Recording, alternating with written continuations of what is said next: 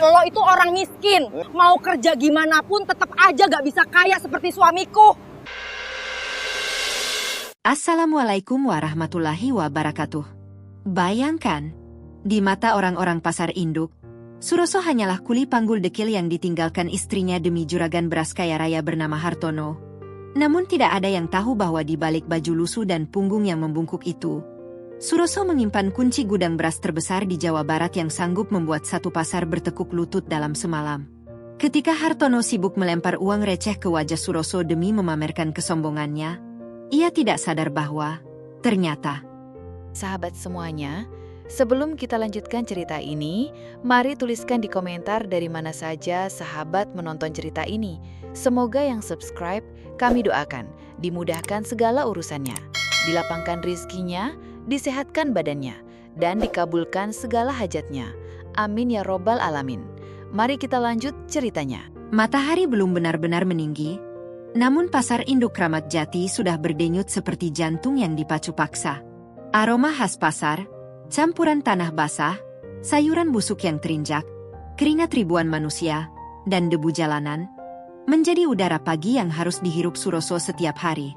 Bagi kebanyakan orang, aroma ini mungkin memuakkan, membuat perut mual dan kepala pening.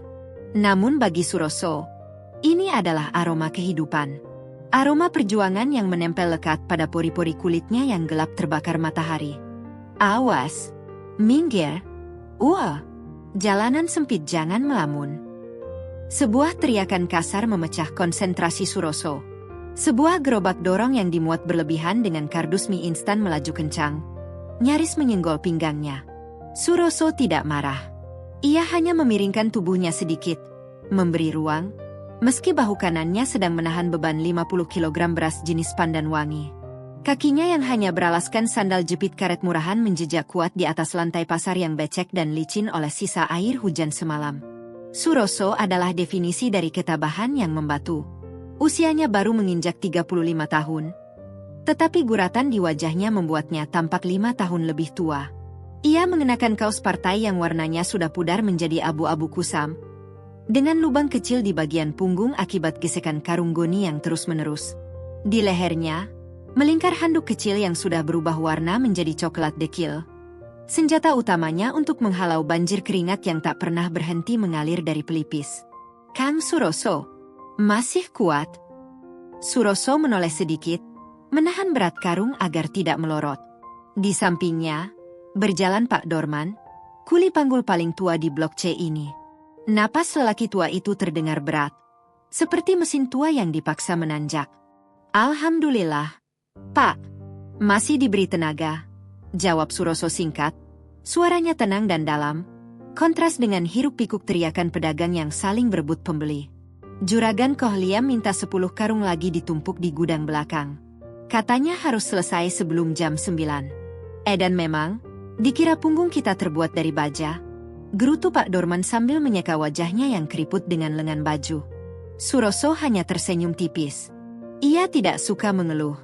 Baginya, mengeluh hanya akan menambah berat beban di pundak, bukan menguranginya. Ia terus melangkah, melewati lorong-lorong sempit yang dipenuhi ibu-ibu yang sedang menawar harga cabai. Beberapa orang menatapnya dengan pandangan merendahkan, seolah ia hanyalah perabot pasar yang bisa digeser sesuka hati. Suroso sudah kebal.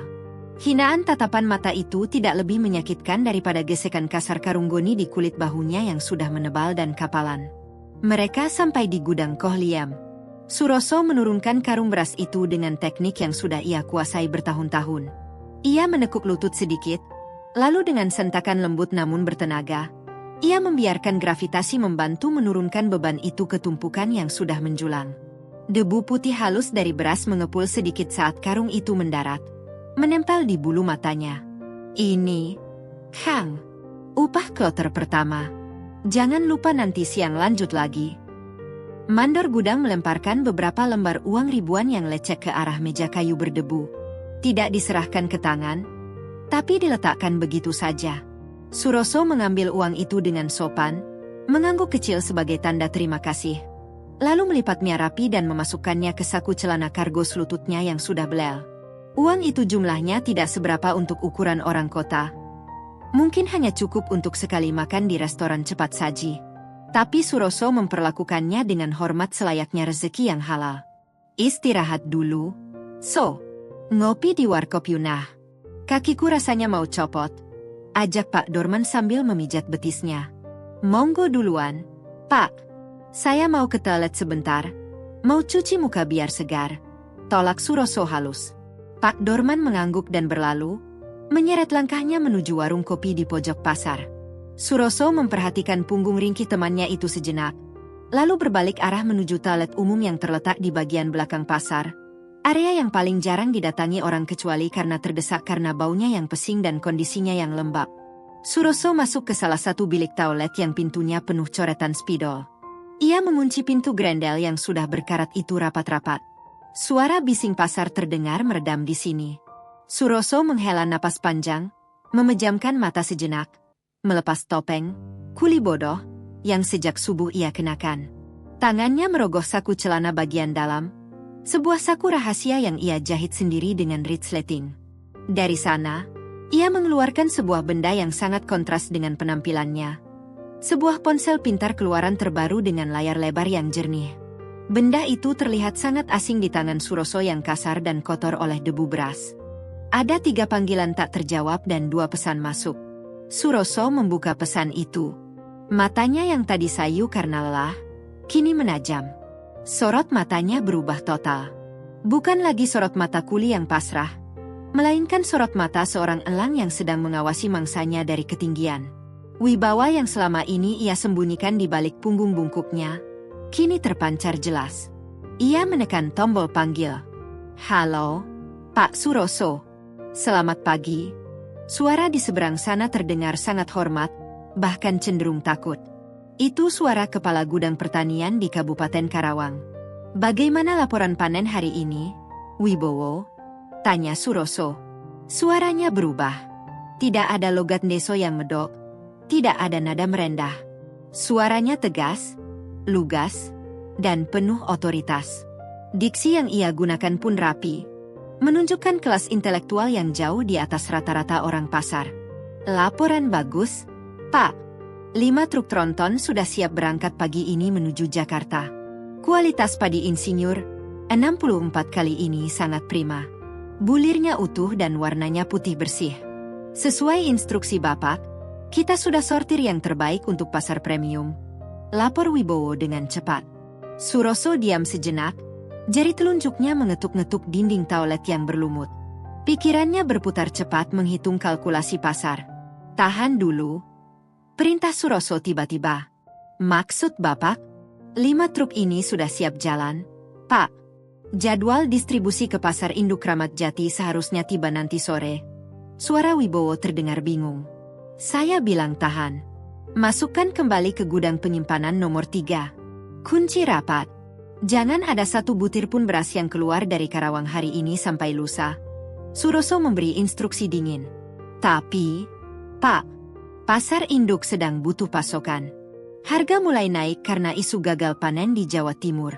Kalau kita tahan, harga akan melonjak gila-gilaan. Para distributor di sini pasti teriak. Wibowo mencoba berargumen. Suroso tersenyum sinis, meski tak ada yang melihatnya. Justru itu yang saya mau, Wibowo. Biarkan mereka teriak. Biarkan mereka merasa panik.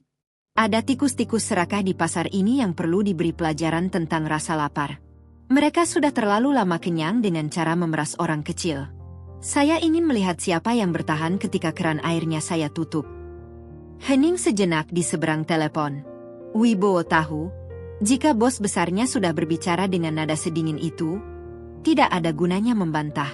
Suroso adalah pemilik tunggal PT Bumi Pangan Sejahtera, perusahaan agraris raksasa yang menguasai ratusan hektar sawah produktif di Jawa Barat. Tidak ada yang menyangka, pengendali harga beras di separuh Jakarta ini sedang berdiri di dalam toilet umum yang bau pesing, mengenakan kaos partai bolong. Baik, Pak.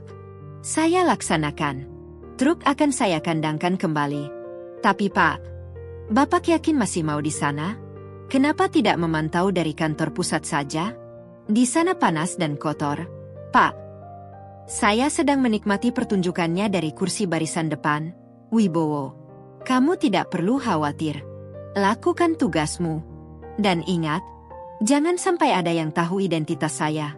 Kalau bocor, kamu tahu akibatnya. Siap, Pak Suroso. Mengerti. Sambungan telepon terputus.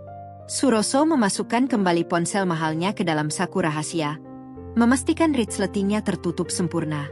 Ia membasuh wajahnya di keran air yang mengalir kecil, membiarkan air dingin itu menyamarkan ekspresi kekuasaan yang tadi sempat muncul. Ia menatap pantulan dirinya di cermin toilet yang retak dan buram. Di sana, ia kembali melihat Suroso si kuli panggul. Bahu yang turun, mata yang lelah, dan senyum yang naif. Sabar sedikit lagi. So, bisiknya pada bayangan di cermin. 7 hari, cukup 7 hari untuk melihat siapa kawan, siapa lawan, dan siapa yang pantas dibuang. Suroso membuka pintu toilet, kembali disambut oleh aroma busuk pasar yang menyengat. Ia berjalan keluar dengan langkah diseret, kembali membungkukkan punggungnya, siap memikul beban dunia di pundaknya, sembari menyimpan kunci rahasia yang bisa meruntuhkan kesombongan orang-orang di sekitarnya. Di kejauhan, matanya menangkap sebuah mobil mewah berwarna putih mengkilap baru saja parkir di depan kios terbesar di blok itu. Kios UD Hartono Jaya. Suroso melihat seorang wanita turun dari mobil itu dengan kacamata hitam dan tas bermerek yang mencolok. Marni. Jantung Suroso berdesir nyeri. Bukan karena cinta, tapi karena memori tentang penghinaan yang belum lunas terbayar. Permainan baru saja dimulai.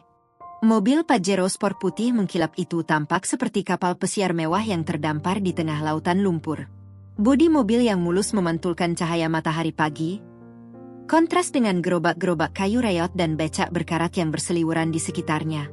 Kehadiran kendaraan itu seolah membelah kerumunan pasar, memaksa orang-orang minggir dengan rasa segan bercampur iri. Suroso mengawasi dari balik tiang beton penyangga atap pasar. Ia tahu persis siapa pemilik mobil itu. Plat nomor cantiknya, B1 Bos, sudah cukup menjelaskan arogansi pemiliknya. Itu adalah mobil Hartono, juragan beras baru yang namanya sedang naik daun di pasar induk. Dan wanita yang duduk di kursi penumpang depan, yang baru saja membuka pintu dengan hati-hati agar sepatu hak tingginya tidak menyentuh genangan air keruh, adalah Marni.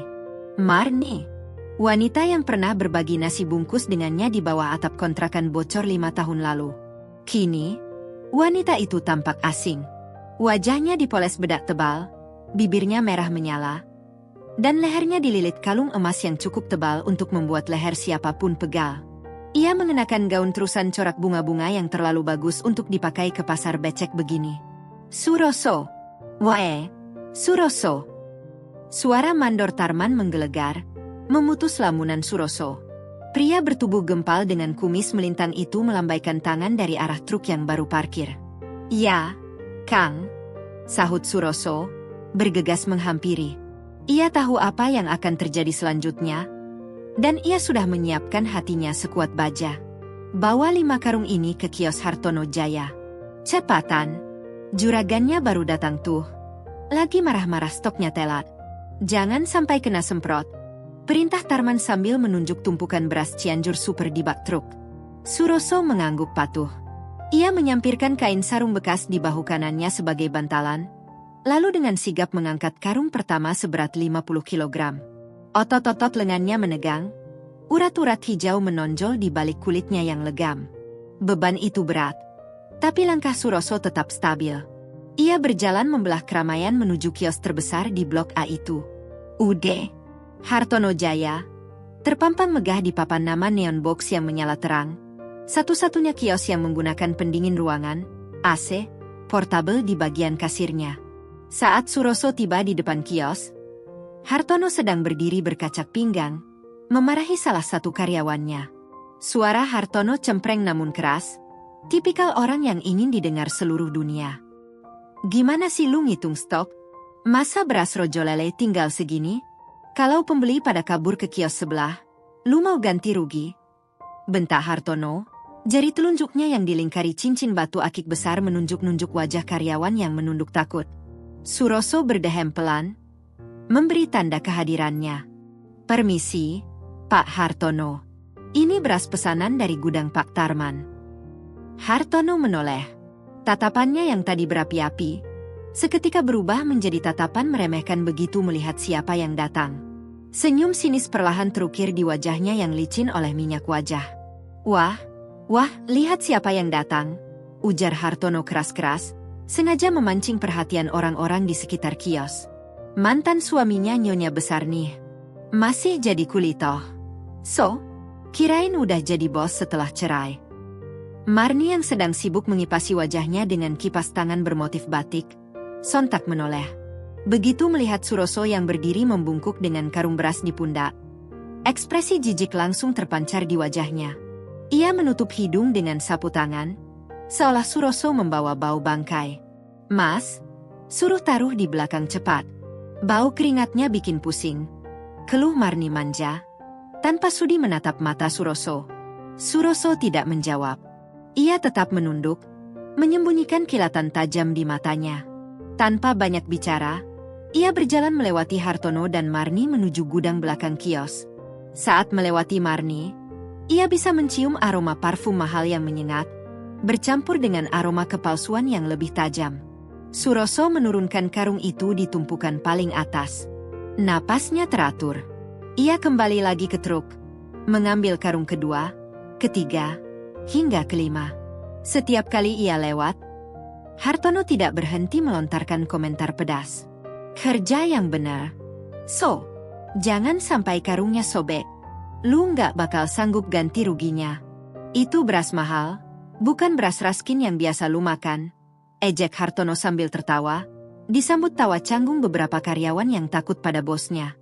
Ketika karung terakhir sudah tersusun rapi, Suroso menyeka keringat di dahinya dengan handuk dekil di leher. Ia berdiri di depan meja kasir, menunggu upah angkutnya. Biasanya, Mandor Tarman sudah membayarnya, tapi khusus untuk pengiriman ke Hartono, Tarman selalu bilang, minta langsung sama orangnya, dia maunya gitu.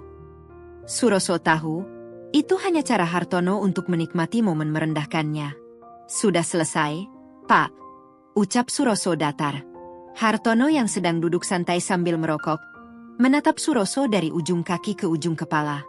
Ia merogoh saku celana bahan licinnya, mengeluarkan dompet kulit tebal. Dengan gerakan lambat yang disengaja, ia menarik selembar uang Rp20.000 yang masih kaku dan baru. Nih, kata Hartono. Suroso mengulurkan tangan kanannya dengan sopan. Namun, alih-alih meletakkan uang itu di telapak tangan Suroso, Hartono justru melepaskan jari-jarinya di udara. Uang kertas berwarna hijau itu melayang pelan, tertiup angin dari kipas angin besar di sudut kios, lalu jatuh mendarat di atas lantai keramik yang penuh jejak sepatu berlumpur. Tepat di dekat kaki Suroso, suasana kios mendadak hening.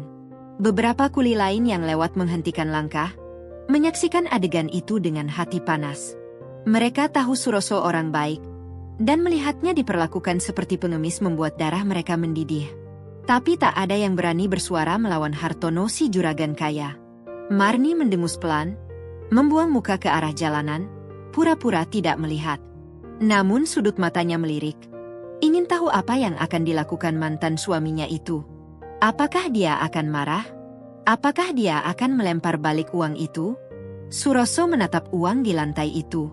Hatinya bergemuruh, seperti ada badai yang ingin meledak. Harga dirinya sebagai laki-laki sedang diinjak-injak di depan umum, oleh pria yang merebut istrinya dengan iming-iming harta. Tangan Suroso mengepal di samping tubuhnya. Kuku-kukunya menancap ke telapak tangan hingga memutih.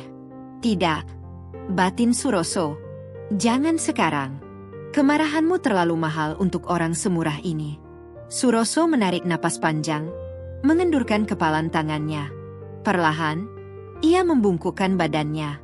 Lututnya menyentuh lantai yang dingin dan kotor. Tangan kasarnya memungut uang 20.000 itu. Ia membersihkan sedikit debu yang menempel pada uang itu dengan ujung kaosnya, lalu berdiri tegak kembali. Sikapnya tenang. Wajahnya datar, tanpa ekspresi kemarahan sedikit pun. Ia menatap mata Hartono lurus-lurus. Tatapan yang anehnya membuat Hartono merasa kerdil seketika. Terima kasih, Pak Hartono. Semoga rezekinya makin lancar, ucap Suroso tulus. Bukan sarkasme, tapi ketulusan yang mengerikan. Ketulusan dari orang yang tahu bahwa roda nasib sedang berputar. Hartono terdiam, kehilangan kata-kata. Ia mengharapkan Suroso marah atau menangis, tapi ketenangan Suroso justru membuatnya merasa kalah. Ia mendengus kesal, mengibaskan tangan mengusir. Ya, sana pergi. Jangan motorin lantai kios gue. Suroso mengangguk hormat pada Marni yang masih memalingkan wajah, lalu berbalik badan dan melangkah pergi. Punggungnya tegak, tidak membungkuk seperti orang kalah. Di kejauhan, Pak Dorman yang melihat kejadian itu dari warung kopi, menggelengkan kepala dengan mata berkaca-kaca. Hati seluas samudera, gumamnya lirih. Orang sabar disayang Tuhan. Suroso berjalan menjauh dari kios itu, menggenggam erat uang 20.000 di tangannya. Di dalam saku rahasianya, ponselnya bergetar lagi. Sebuah notifikasi masuk. Laporan saldo rekening bank dari hasil penjualan panen bulan lalu. Angkanya berderet panjang, cukup untuk membeli 10 kios seperti milik Hartono beserta isinya. Tunai. Saat ini juga. Tapi Suroso tidak membukanya. Ia malah mampir ke kotak amal masjid pasar yang terletak di ujung lorong. Dengan mantap, ia memasukkan uang 20.000 pemberian Hartono itu ke dalam lubang kotak amal. Semoga ini jadi pembersih harta Bapak, Pak Hartono, bisik Suroso pelan, lalu kembali melangkah ke kerumunan pasar, menghilang di antara tumpukan karung dan keringat, menjadi kuli biasa yang tak dianggap. Namun di langit pasar yang mulai terik, awan hitam mulai menggumpal. Bukan tanda hujan air, melainkan tanda badai kelangkaan yang akan segera menghantam. Badai yang kuncinya dipegang erat oleh tangan kasar si tukang pikul beras. Langit di atas pasar induk mulai berubah warna, dari biru terik menjadi jingga kemerahan yang memar. Hiruk-pikuk pedagang mulai surut, digantikan oleh suara derit pintu besi kios yang ditutup satu persatu. Aroma pasar pun berganti, dari bau keringat dan debu menjadi aroma sisa sampah sayuran yang mulai membusuk ditiup angin sore. Suroso berjalan menyeret langkahnya keluar dari gerbang pasar. Tubuhnya terasa remuk redam.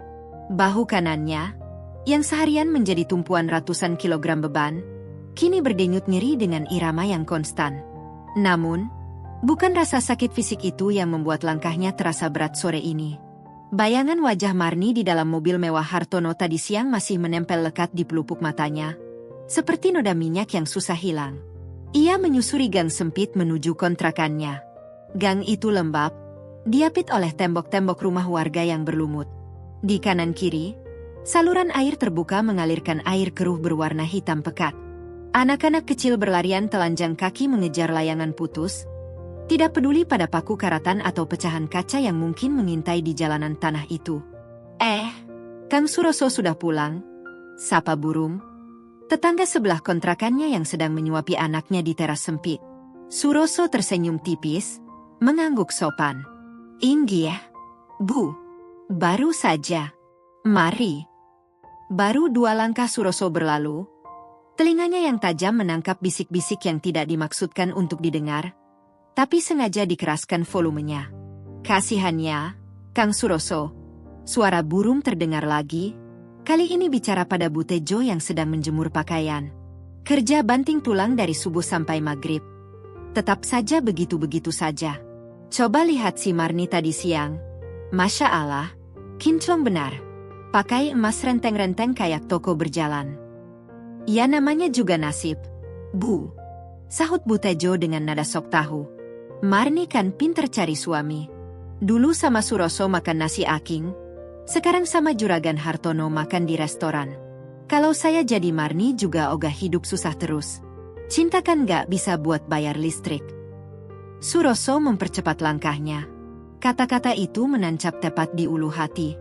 Bukan karena ia cemburu, tapi karena realitas sosial yang begitu telanjang di depan matanya.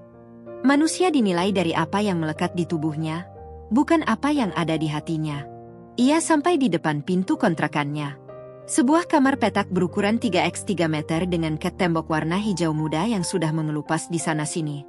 Pintu kayunya sudah lapuk di bagian bawah, digerogoti rayap dan cipratan air hujan. Suroso memutar kunci gembok tua itu, lalu masuk ke dalam istananya. Begitu pintu tertutup, suasana senyap langsung menyergap. Hanya ada suara dengungan nyamuk dan tetesan air dari keran kamar mandi yang bocor. Perabot di kamar itu bisa dihitung jari. Sebuah kasur busa tipis di lantai, lemari plastik susun 3 untuk pakaian, sebuah kipas angin kecil yang baling-balingnya penuh debu, dan sebuah teko listrik. Suroso meletakkan tas lusuhnya di sudut ruangan. Ia duduk bersandar di tembok yang dingin, memejamkan mata. Seketika, memori 3 tahun lalu berputar kembali seperti film lama yang pitanya rusak. Malam itu hujan deras. Atap kontrakan lama mereka bocor di 3 titik. Marni sedang mengemasi bajunya ke dalam tas besar. "Kamu mau kemana, Ni?" tanya Suroso kala itu. Ia baru pulang kerja, basah kuyup, membawa sebungkus martabak manis untuk kejutan ulang tahun Marni. "Aku capek, Mas," jawab Marni tanpa menoleh. Suaranya dingin, sedingin udara malam itu. "Aku capek hidup begini terus. Tiap hari mikirin besok makan apa. Tiap bulan pusing bayar kontrakan. Teman-temanku semua sudah punya motor, punya rumah cicilan. Lah kita? Beli bedak saja aku harus mikir 1000 kali." "Sabar, Nih, aku kan sedang usaha. Tanamanku di kampung mulai ada hasil sedikit-sedikit." "Sedikit-sedikit? Kapan kayanya?" potong Marni, berbalik menatap Suroso dengan mata nyalang. "Petani itu nggak ada masa depannya, Mas. Paling banter kamu cuma jadi kuli sawah seumur hidup. Hartono, dia beda. Dia punya visi. Dia juragan beras di kota. Dia janji bakal bikin aku bahagia." Suroso terdiam. Martabak di tangannya terasa semakin berat. "Jadi kamu memilih dia karena dia kaya?" "Aku memilih dia karena dia realistis, Mas. Cinta saja nggak bikin kenyang. Maaf." Marni pergi malam itu, menembus hujan, masuk ke dalam mobil kijang tua milik Hartono yang menunggu di ujung gang. Meninggalkan Suroso sendiri dengan martabak yang perlahan dingin dan hati yang patah berkeping-keping. Suroso membuka matanya. Napasnya tercekat sejenak. Rasa sakit itu masih ada, tapi kini bercampur dengan rasa syukur yang aneh. Jika Marni tidak pergi malam itu, mungkin Suroso tidak akan pernah punya motivasi gila untuk membuktikan diri. Mungkin ia akan tetap menjadi petani kecil yang pasrah. Kepergian Marni adalah cambuk yang memaksanya berlari kencang, mengubah lahan warisan orang tuanya yang tadinya tidur menjadi kerajaan bisnis pertanian modern. Suroso bangkit berdiri. Ia melangkah ke arah lemari plastik. Dari tumpukan baju paling bawah, ia menarik sebuah kotak kardus mie instan yang tampak biasa saja. Namun, di dalamnya tersembunyi sebuah laptop tipis seharga motor Matic baru. Ia menyalakan laptop itu. Cahaya layar retina display menerangi wajahnya yang lelah, menciptakan kontras yang tajam dengan dinding kamar yang kusam. Jari-jari kasarnya yang penuh kapalan menari lincah di atas trackpad. Ia membuka email masuk. Subjek: laporan mingguan prediksi pasar, urgent. From tim analis PT Bumi Pangan Sejahtera. Suroso membaca baris demi baris laporan itu dengan teliti. Grafik di layar menunjukkan kurva merah yang menukik tajam. Stok beras nasional menipis. Di sebelahnya, grafik hijau milik perusahaannya justru meroket naik. Cadangan gudang BPS, surplus 200 ton. "Pak Hartono, Pak Hartono." Gumam Suroso pelan, bibirnya menyunggingkan senyum misterius. "Kamu bangga dengan tokomu yang punya stok 5 ton? Sementara aku punya 200 ton yang siap membanjiri pasar kapan saja aku mau." Ia membuka lampiran foto dari manajer lapangannya. Foto hamparan sawah menguning seluas mata memandang di Karawang dan Subang. Padi jenis premium yang bulirnya padat berisi. Di tengah sawah itu, tertancap papan nama kecil yang sering diabaikan orang. Binaan kelompok tani Suroso Makmur. Tidak ada yang tahu bahwa Suroso Sikuli Panggul adalah otak di balik revolusi pertanian organik di desa itu. Ia menggunakan uang tabungannya bukan untuk membeli mobil mewah atau perhiasan, tapi untuk membeli traktor modern, membangun sistem irigasi canggih, dan menyekolahkan anak-anak petani agar menjadi ahli agronomi. Ia kaya bukan karena menimbun, tapi karena menanam. Ponselnya bergetar lagi. Pesan WhatsApp masuk dari nomor tak dikenal. Foto profilnya adalah wajah Hartono yang tersenyum lebar sambil memamerkan gigi emasnya. So, besok datang pagi-pagi.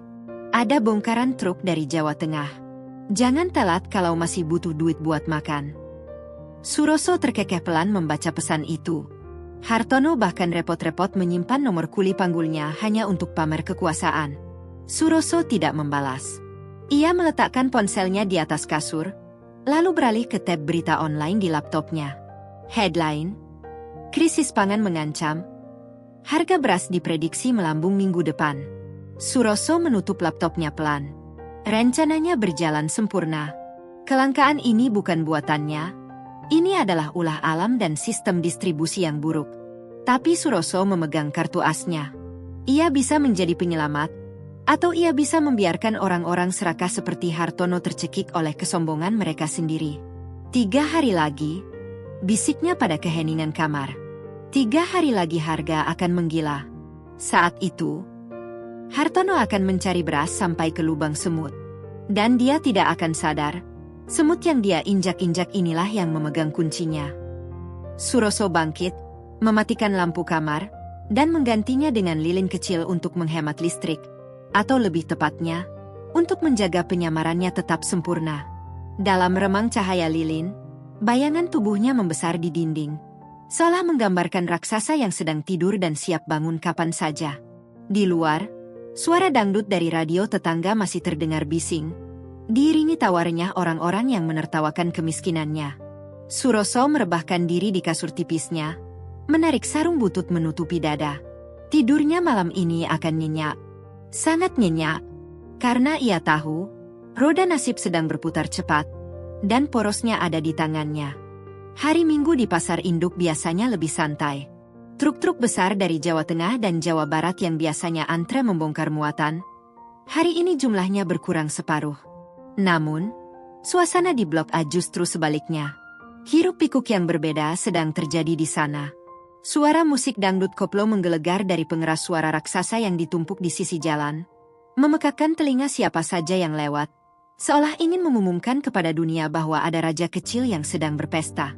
Tenda biru perak terpasang megah menutupi jalanan depan kios UD Hartono Jaya. Janur kuning melengkung di pintu masuk, persis seperti orang mau mantu. Bedanya, ini bukan pesta pernikahan, melainkan syukuran pembukaan gudang baru milik Hartono.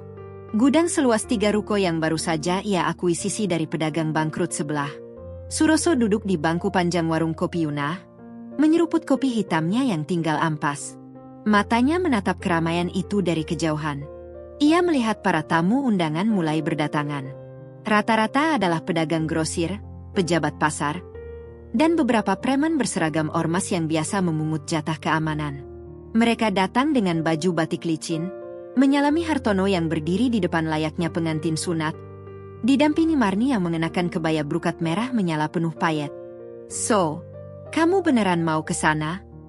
Suara berat Mandor Tarman membuyarkan lamunan Suroso. Lelaki tua itu duduk di sebelahnya, menyalakan rokok kretek dengan korek api gas yang apinya tersendat-sendat. Diundang? Kang, nggak enak kalau nggak datang. Katanya syukuran, masa kita nolak rezeki? Jawab Suroso tenang, sambil merapikan kerah baju batiknya. Baju batik itu adalah satu-satunya baju bagus yang Suroso punya di kontrakan. Warnanya coklat tanah, motif parang rusak. Bahannya katun murah yang sudah mulai menipis di bagian ketiak dan punggung karena terlalu sering dicuci dan disetrika. Suroso membelinya 5 tahun lalu di pasar malam, saat ia dan Marni baru menikah. Mandor Tarman menghela napas panjang. Asap rokok mengepul dari hidungnya yang lebar. Aku tahu akal bulu si Hartono. So, dia ngundang semua kuli panggul bukan karena dia dermawan. Dia cuma mau pamer. Dia mau nunjukin kalau dia sekarang ada di atas. Dan kita cuma semut yang nunggu remah-remah nasi kotaknya. Apalagi kamu target utamanya. So, Suroso tersenyum tipis. Senyum yang sulit diartikan. Biarkan saja, Kang. Orang kalau lagi di atas angin memang suka lupa kalau angin itu bisa berubah arah. Lagi pula, saya penasaran sama gudang barunya. Katanya bisa nampung 50 ton beras. Ya. Iya. katanya. Sombong bener tuh orang. Kemarin dia bilang mau monopoli pasokan beras pandan wangi satu pasar. Edan, gerutu Tarman. Suroso bangkit berdiri, menepuk bahu Tarman pelan. Ayo, Kang. Keburu habis sate kambingnya. Mereka berjalan beriringan menuju tenda pesta. Langkah Suroso tegap, meski sadar tatapan mata orang-orang mulai tertuju padanya. Beberapa kuli lain yang sudah datang lebih dulu duduk bergerombol di sudut paling belakang, dekat tempat sampah dan genset yang bising. Mereka tampak canggung dengan baju seadanya, memegang piring kertas berisi nasi dan gulai yang kuahnya sedikit. Begitu Suroso melangkah masuk ke area tenda, Hartono yang sedang memegang mikrofon di atas panggung kecil langsung melihatnya. Matanya berbinar licik, seolah mangsa yang ditunggu akhirnya masuk perangkap. Nah, ini dia tamu spesial kita, seru Hartono lewat pengeras suara. Suaranya menggema, membuat musik dangdut berhenti mendadak. Semua kepala menoleh. Ratusan pasang mata kini menatap Suroso yang berdiri di pintu masuk tenda. Suroso tidak mundur. Ia tetap berjalan tenang, mengangguk sopan pada beberapa pedagang yang ia kenal. Hartono turun dari panggung, berjalan menghampiri Suroso dengan langkah yang dibuat-buat gagah. Marni mengikutinya di belakang dengan wajah masam, seolah enggan berada di dekat mantan suaminya, namun tak bisa membantah keinginan suami barunya. Selamat datang, Saudara Suroso. Hartono menepuk bahu Suroso keras-keras, cukup keras hingga membuat Suroso sedikit terhuyung jika saja kuda-kudanya tidak kokoh. Wah, pakai batik juga kamu ya? Batik dari mana ini? Pasar Loak. Tawa pecah dari gerombolan teman-teman Hartono. Suroso hanya tersenyum sopan. Selamat atas gudang barunya, Pak Hartono. Semoga berkah. Hartono tidak membalas ucapan selamat itu. Ia justru menarik lengan Suroso, memaksanya naik ke atas panggung. Suroso menurut saja, tidak melawan, seperti air yang mengikuti bentuk wadahnya. Di atas panggung, di bawah sorot lampu dan tatapan ratusan orang, Hartono merangkul bahu Suroso. Bukan rangkulan persahabatan, tapi rangkulan penguasa pada bawahannya.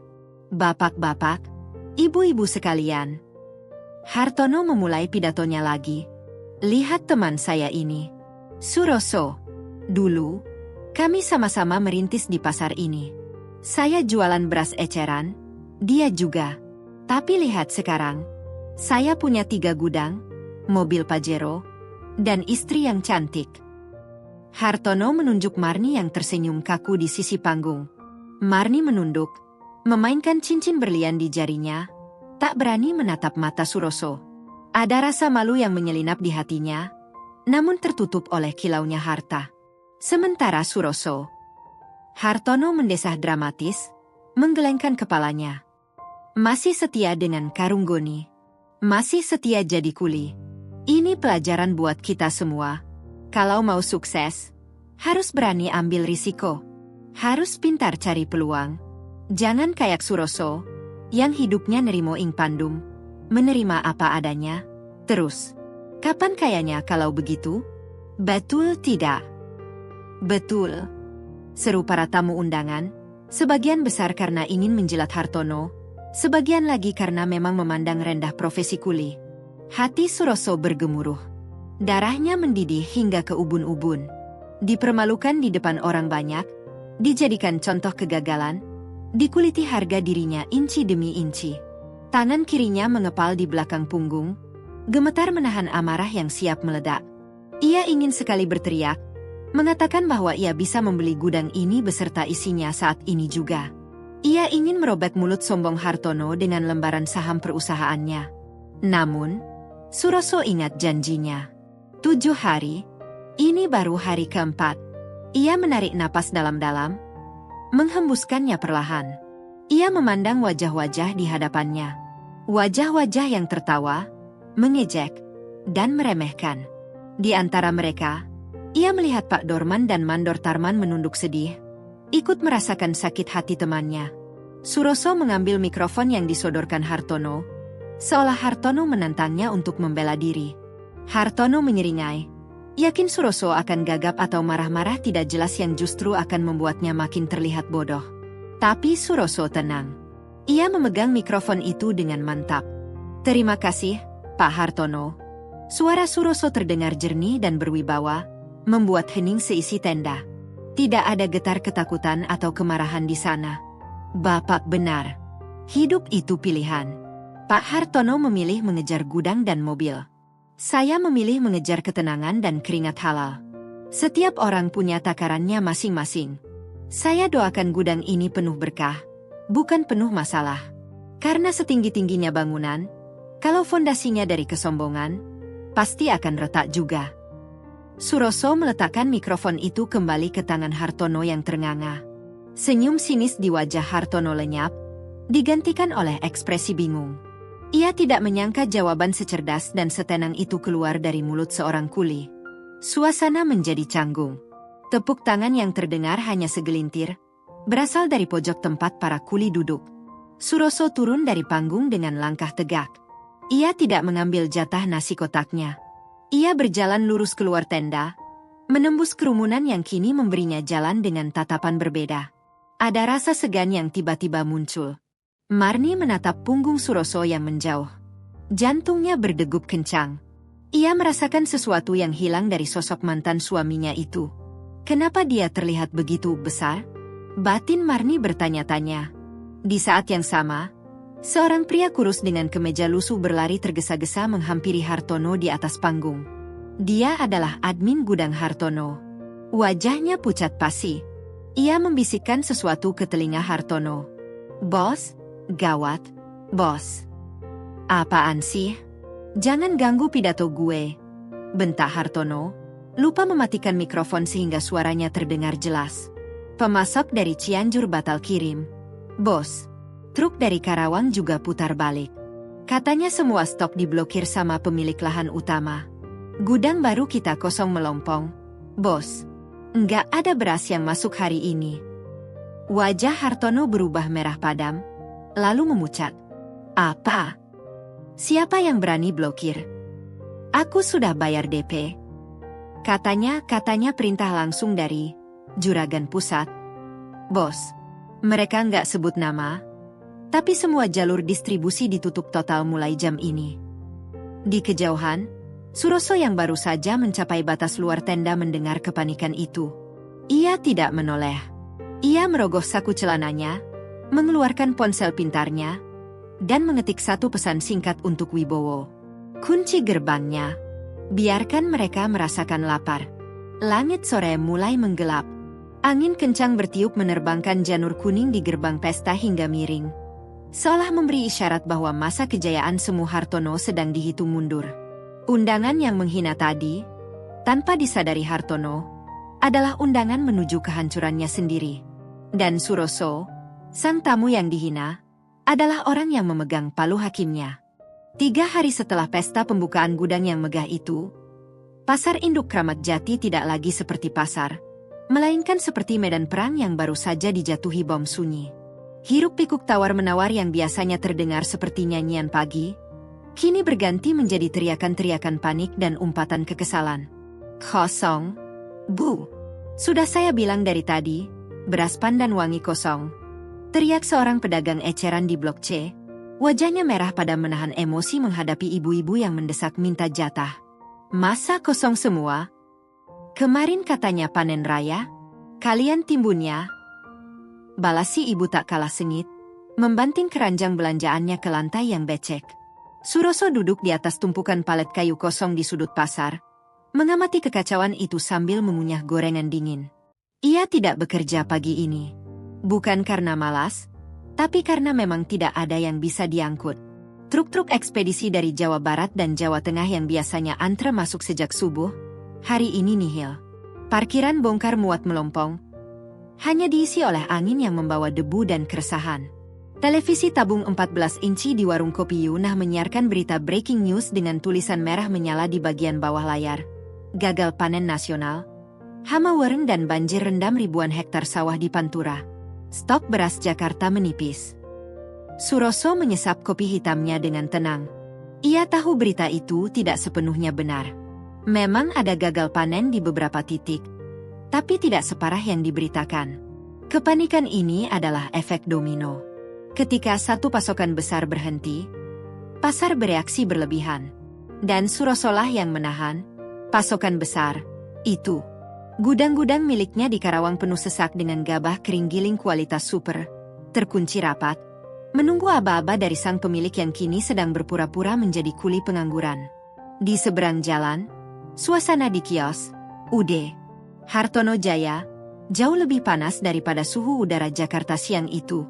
Gudang baru yang 3 hari lalu diresmikan dengan tumpeng dan dangdutan, kini menganga lebar seperti mulut gua yang lapar. Kosong. Melompong. Tidak ada satupun karung beras yang terlihat menumpuk. Tikus pun mungkin enggan mampir karena tidak ada remah yang bisa dimakan. Hartono mondar-mandir di depan meja kasir seperti setrikaan rusak. Keringat sebesar biji jagung membasahi kemeja batiknya yang mahal. Rambutnya yang biasanya disisir klimis kini acak-acakan. Di tangannya, telepon genggam menempel lekat di telinga. Halo? Halo? Pak Haji? Jangan dimatikan dong. Saya berani bayar 2 kali lipat. Halo? Hartono membanting ponselnya ke meja kasir dengan frustrasi. Sialan. Semua pemasok angkat tangan. Katanya barang ditahan di pusat. Siapa sih yang main gila begini? Marni duduk di kursi plastik di sebelah Hartono. Wajahnya pucat. Bedak tebalnya luntur di bagian dahi dan hidung, memperlihatkan kerutan halus kekhawatiran. Tangannya sibuk memencet kalkulator, tapi angka yang keluar membuatnya semakin pusing. Mas, ini gimana? Cicilan Pajero jatuh tempo lusa. Uang kas kita sudah kepakai buat pesta kemarin. Kalau nggak ada barang yang dijual hari ini, kita nggak ada pemasukan sama sekali. Rengek Marni, suaranya bergetar. Diam dulu napas sih. Nih, aku lagi pusing, bentak Hartono kasar. Marni tersentak, matanya berkaca-kaca. Dulu, saat masih miskin dengan Suroso, tidak pernah sekalipun Suroso membentaknya, seberat apapun beban hidup mereka. Tapi dengan Hartono, harta berlimpah ternyata satu paket dengan emosi yang meledak-ledak. Suroso, yang sejak tadi mengamati, bangkit dari duduknya. Ia membetulkan letak handuk kumalnya di leher, lalu berjalan santai melewati depan kios Hartono.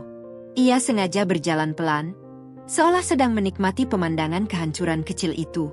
Heh, Suroso. Panggilan itu datang lagi. Hartono melihatnya. Sepertinya juragan yang sedang stres itu butuh pelampiasan, dan Suroso adalah samsak tinju favoritnya. Suroso berhenti, menoleh dengan wajah polos. Pak Hartono, butuh tenaga angkut, tapi kelihatannya nggak ada barang yang mau diangkut. Jawab Suroso, nadanya datar tapi menusuk. Wajah Hartono memerah padam. Kalimat Suroso barusan seperti menyiram bensin ke dalam api. Hartono melangkah lebar keluar dari kios, menghampiri Suroso dengan langkah menghentak. Lu ngeledet gue? Hah? Mentang-mentang gue lagi kosong, lu seneng? Dasar kuli miskin. Nggak punya empati. Semprot Hartono. Telunjuknya menuding-nuding dada Suroso. Ludahnya muncrat saking emosinya. Suroso mundur selangkah, menjaga jarak. Tapi matanya menatap tajam. Saya bicara fakta. Pak, gudang bapak kosong. Kuli-kuli juga butuh makan. Kalau bapak nggak ada barang, kami juga nggak dapat upah. Siapa yang senang? Alah, bacot lu. Hartono menendang kaleng bekas minuman di dekat kakinya hingga terpental mengenai tulang kering Suroso. Lu pasti seneng kan lihat gue susah? Lu dendamkan karena Marni lebih milih gue yang kaya raya daripada lu yang cuma bisa makan nasi aking. Suroso tidak meringis meski kakinya sakit. Ia menatap Marni yang kini berdiri di ambang pintu kios, menatapnya dengan pandangan campur aduk. Kasihan, malu, tapi juga gengsi. Harta itu titipan, Pak Hartono, ucap Suroso lirih. Namun terdengar jelas di tengah kerumunan yang mulai menonton. Kadang dititipkan lama, kadang cuma sebentar. Tergantung yang dititipi amanah atau tidak. Kalau diambil lagi sama yang punya, ya jangan marah. Kurang ajar. Lu nyeram-yahin gue? Hartono sudah mengangkat tangan, hendak menampar Suroso. Namun, Tangannya tertahan di udara. Bukan karena Suroso menangkis, tapi karena ia melihat sorot mata Suroso.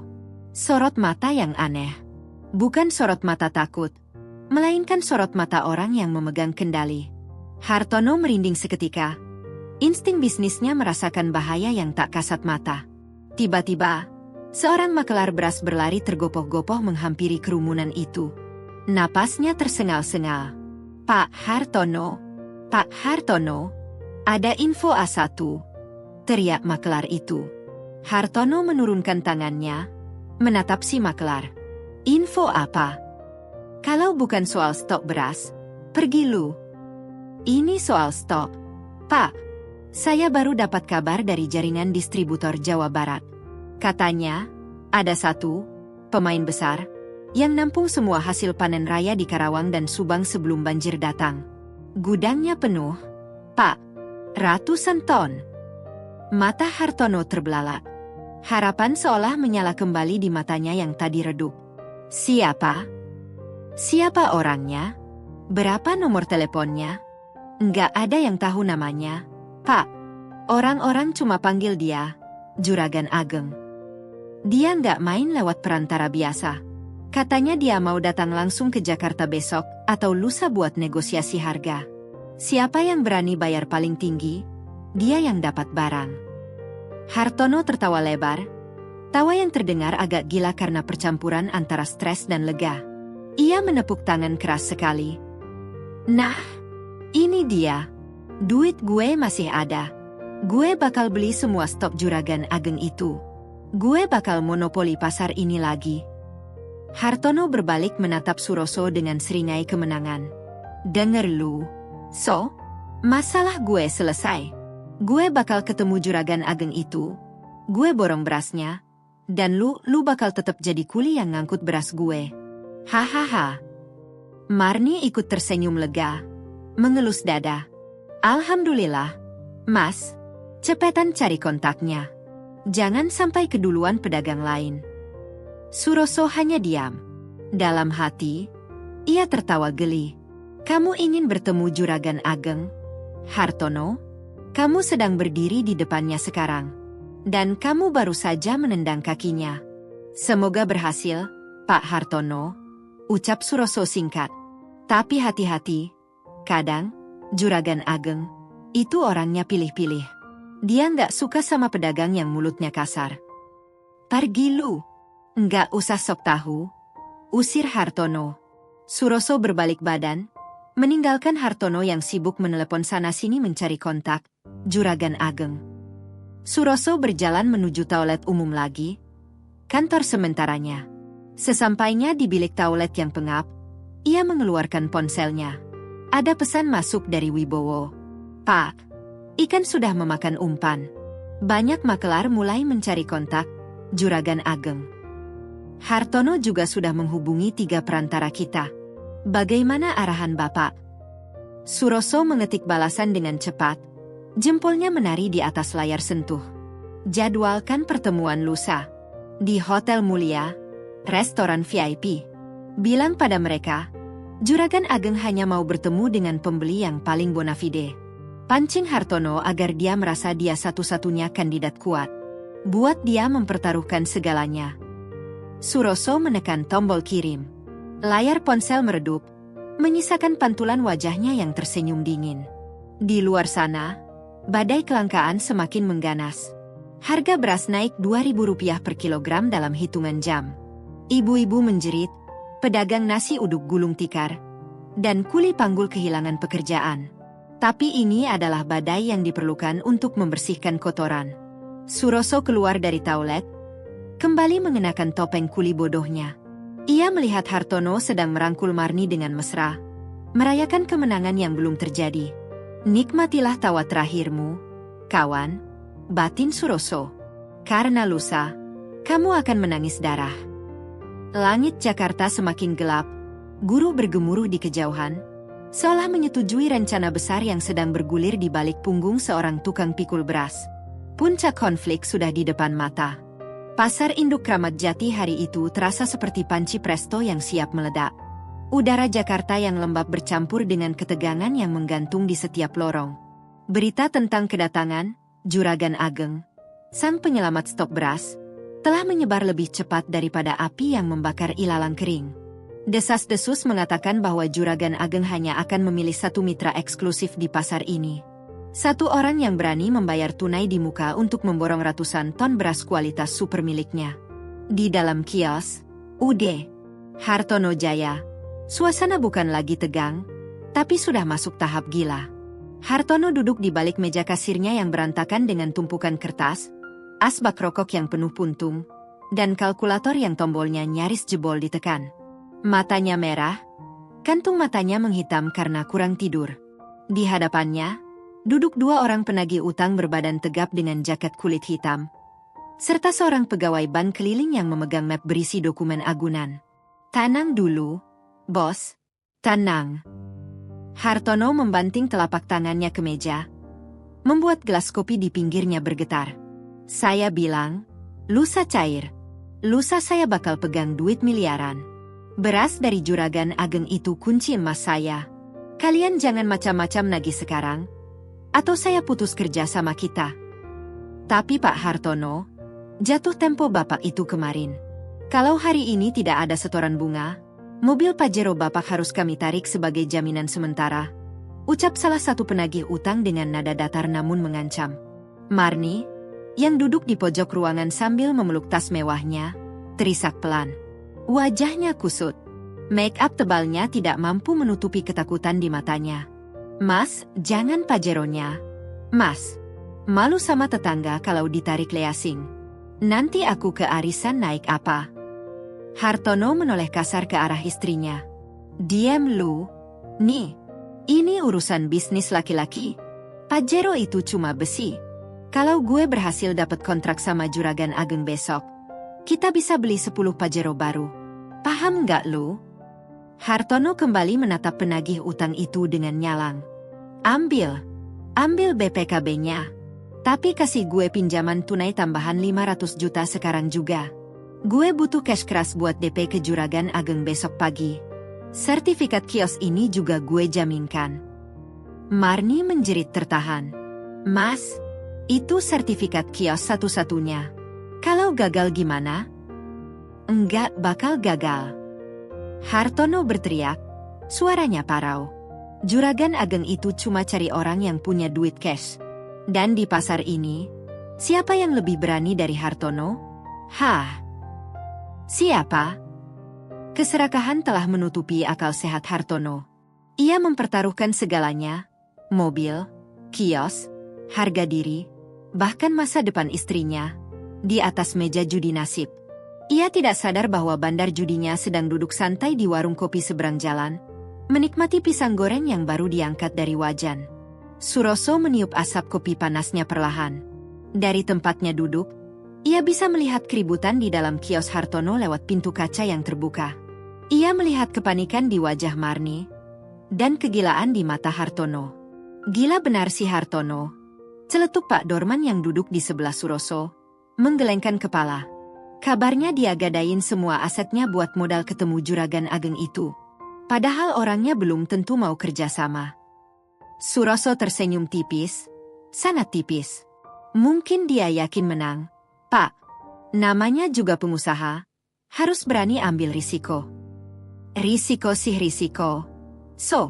Tapi kalau sampai jual kolor begitu namanya nekat. Kasihan si Marni. Dulu ninggalin kamu karena pengen hidup enak. Sekarang malah diajak jantungan tiap hari. Sindir Pak Dorman sambil terkekeh. Suroso tidak menanggapi sindiran itu. Hatinya sudah beku untuk urusan asmara masa lalu. Ia merogoh saku celananya, merasakan getaran ponsel pintarnya. Sebuah pesan masuk dari Wibowo, tangan kanannya. Pak, umpan dimakan habis. Hartono baru saja transfer uang pendaftaran lelang tertutup sebesar 50 juta ke rekening perantara kita. Dia juga mengirim bukti dana, proof of fund, senilai 2 miliar rupiah hasil gadai aset. Pertemuan dikonfirmasi besok jam 10 pagi di ballroom Hotel Mulia. Suroso membalas singkat, siapkan semuanya.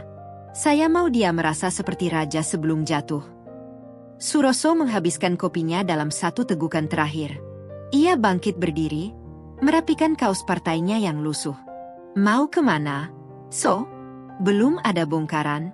Tanya Pak Dorman. Mau izin sama Pak Hartono? Pak, besok saya mau libur sehari.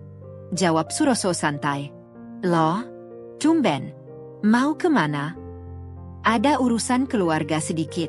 Doakan lancar ya, Pak. Suroso berjalan menyeberangi jalanan pasar yang becek, menuju kios Hartono. Saat ia sampai di ambang pintu, Hartono baru saja selesai menandatangani surat perjanjian utang dengan rentenir. Wajahnya tampak puas sekaligus tegang, seperti pecandu yang baru mendapat dosis obatnya. Permisi, Pak Hartono, sapa Suroso pelan. Hartono menoleh, kaget. Ngapain lu di sini? Mau minta sumbangan? Gue lagi sibuk. Suroso menggeleng sopan. Bukan, Pak. Saya cuma mau minta izin. Besok saya tidak bisa masuk kerja. Mau ambil cuti sehari. Hartono tertawa. Tawa yang meremehkan dan menyakitkan telinga. Cuti? Heh, Suroso. Lu itu kuli, bukan direktur. Kuli kok pakai cuti segala. Emang lu mau ngapain? Mau ngelamar kerja jadi tukang sapu di tempat lain? Marni yang sedang menghapus air matanya ikut menimpali dengan nada sinis, mencari pelampiasan kekesalannya. Paling juga mau pulang kampung pinjam duit sama saudaranya. Mas, kan beras lagi mahal, dia pasti nggak sanggup beli makan. Suroso menatap Marni sejenak. Ada rasa iba di sana, tapi ia tepis segera. Ada urusan penting yang harus saya selesaikan, Bu Marni. Urusan masa depan. Halah. Masa depan apa yang dipunya sama tukang panggul kayak lu?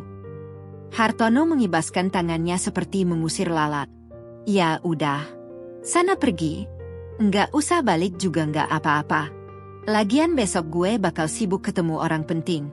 Gue bakal ketemu Juragan Ageng di Hotel Bintang 5. Lu tau Hotel Bintang 5 nggak? So? Itu tempat yang lantainya lebih bersih dari muka lu. Suroso menunduk, menyembunyikan senyum geli yang nyaris meledak. Wah, hebat sekali Pak Hartono. Semoga sukses pertemuannya. Siapa tahu Juragan Ageng itu orangnya baik dan mau menolong Bapak. Pastilah. Gue kan bawa duit cash. Uang bicara. So, orang miskin kayak lu mana paham bahasa uang? Seru Hartono sombong, menepuk saku celananya yang tebal. Baik, Pak. Kalau begitu saya pamit. Sampai ketemu lusa, kalau Bapak masih di sini. Ucap Suroso penuh arti. Maksud lu apa? Kalau masih di sini? Lu nyumpahin gue mati? Hartono melotot. Bukan, Pak. Maksudnya kalau Bapak sudah jadi orang kaya raya dan pindah ke kantor mewah, kan saya nggak ketemu Bapak lagi di pasar bau ini. Suroso berkilah cerdas. Oh, iya bener juga. Doa lu lumayan juga buat ukuran orang susah. Udah sana pergi. Suroso mengangguk taksim, lalu berbalik badan. Ia melangkah keluar dari kios itu dengan perasaan ringan. Sangat ringan. Ia meninggalkan Hartono yang sedang tertawa-tawa di atas bom waktu yang detiknya tinggal menghitung jam.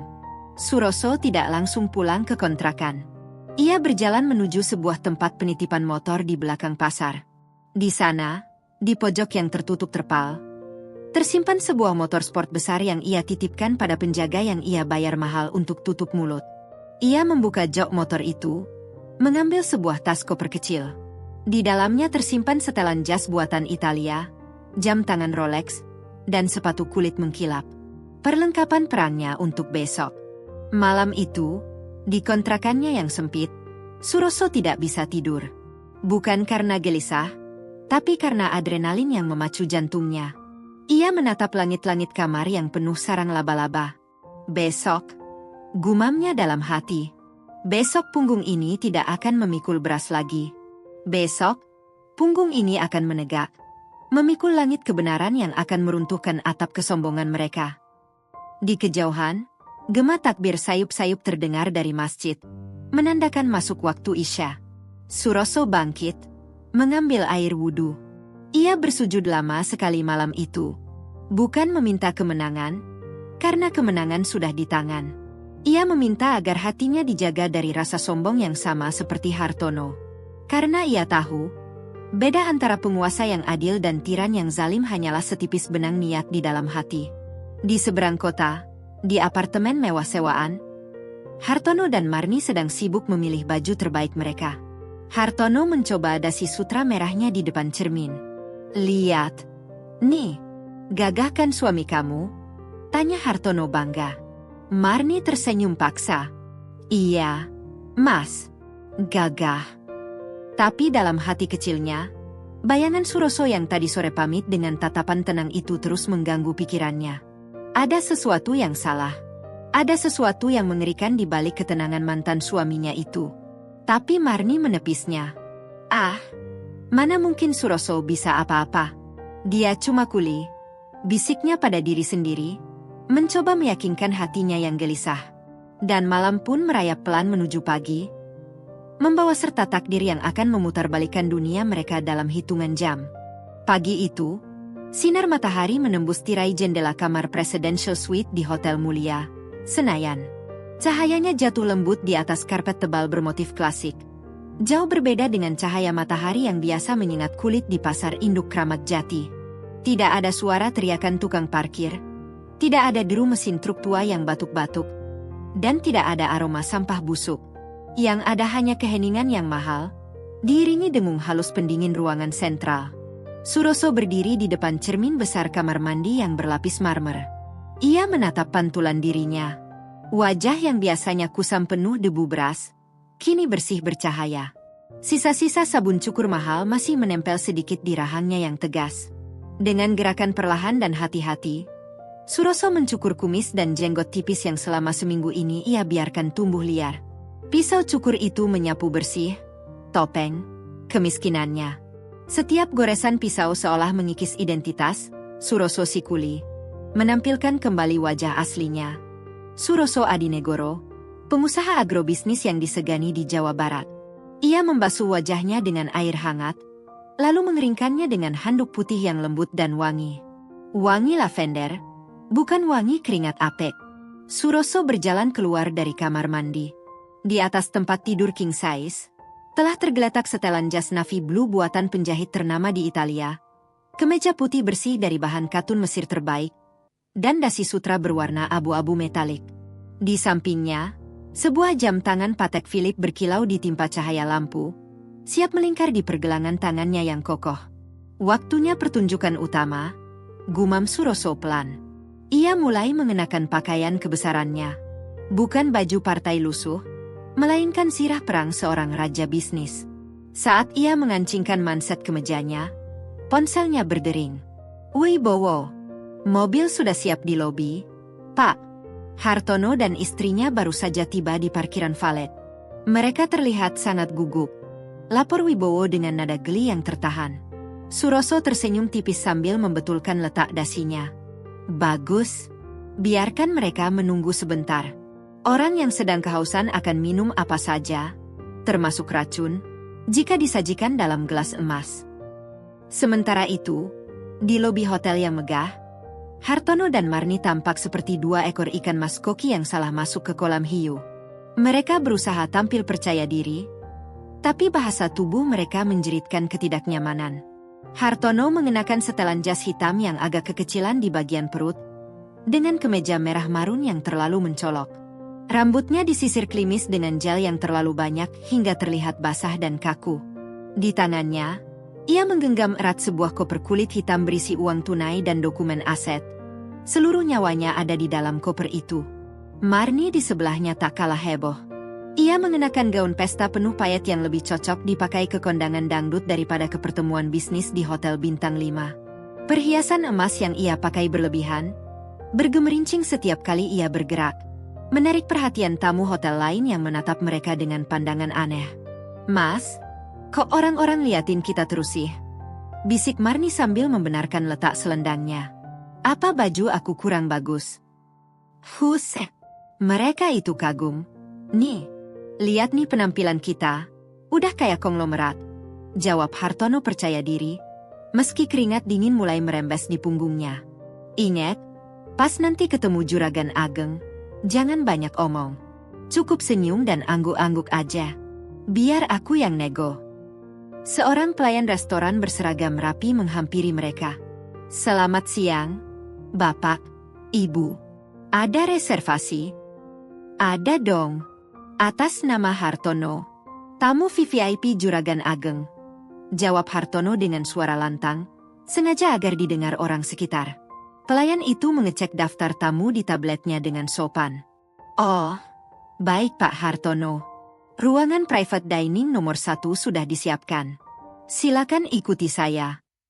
Mereka dibawa melewati lorong restoran yang berlantai karpet merah, diiringi alunan musik piano klasik yang menenangkan. Namun bagi Hartono, musik itu terdengar seperti detak jam bom waktu. Mereka sampai di sebuah ruangan privat yang mewah.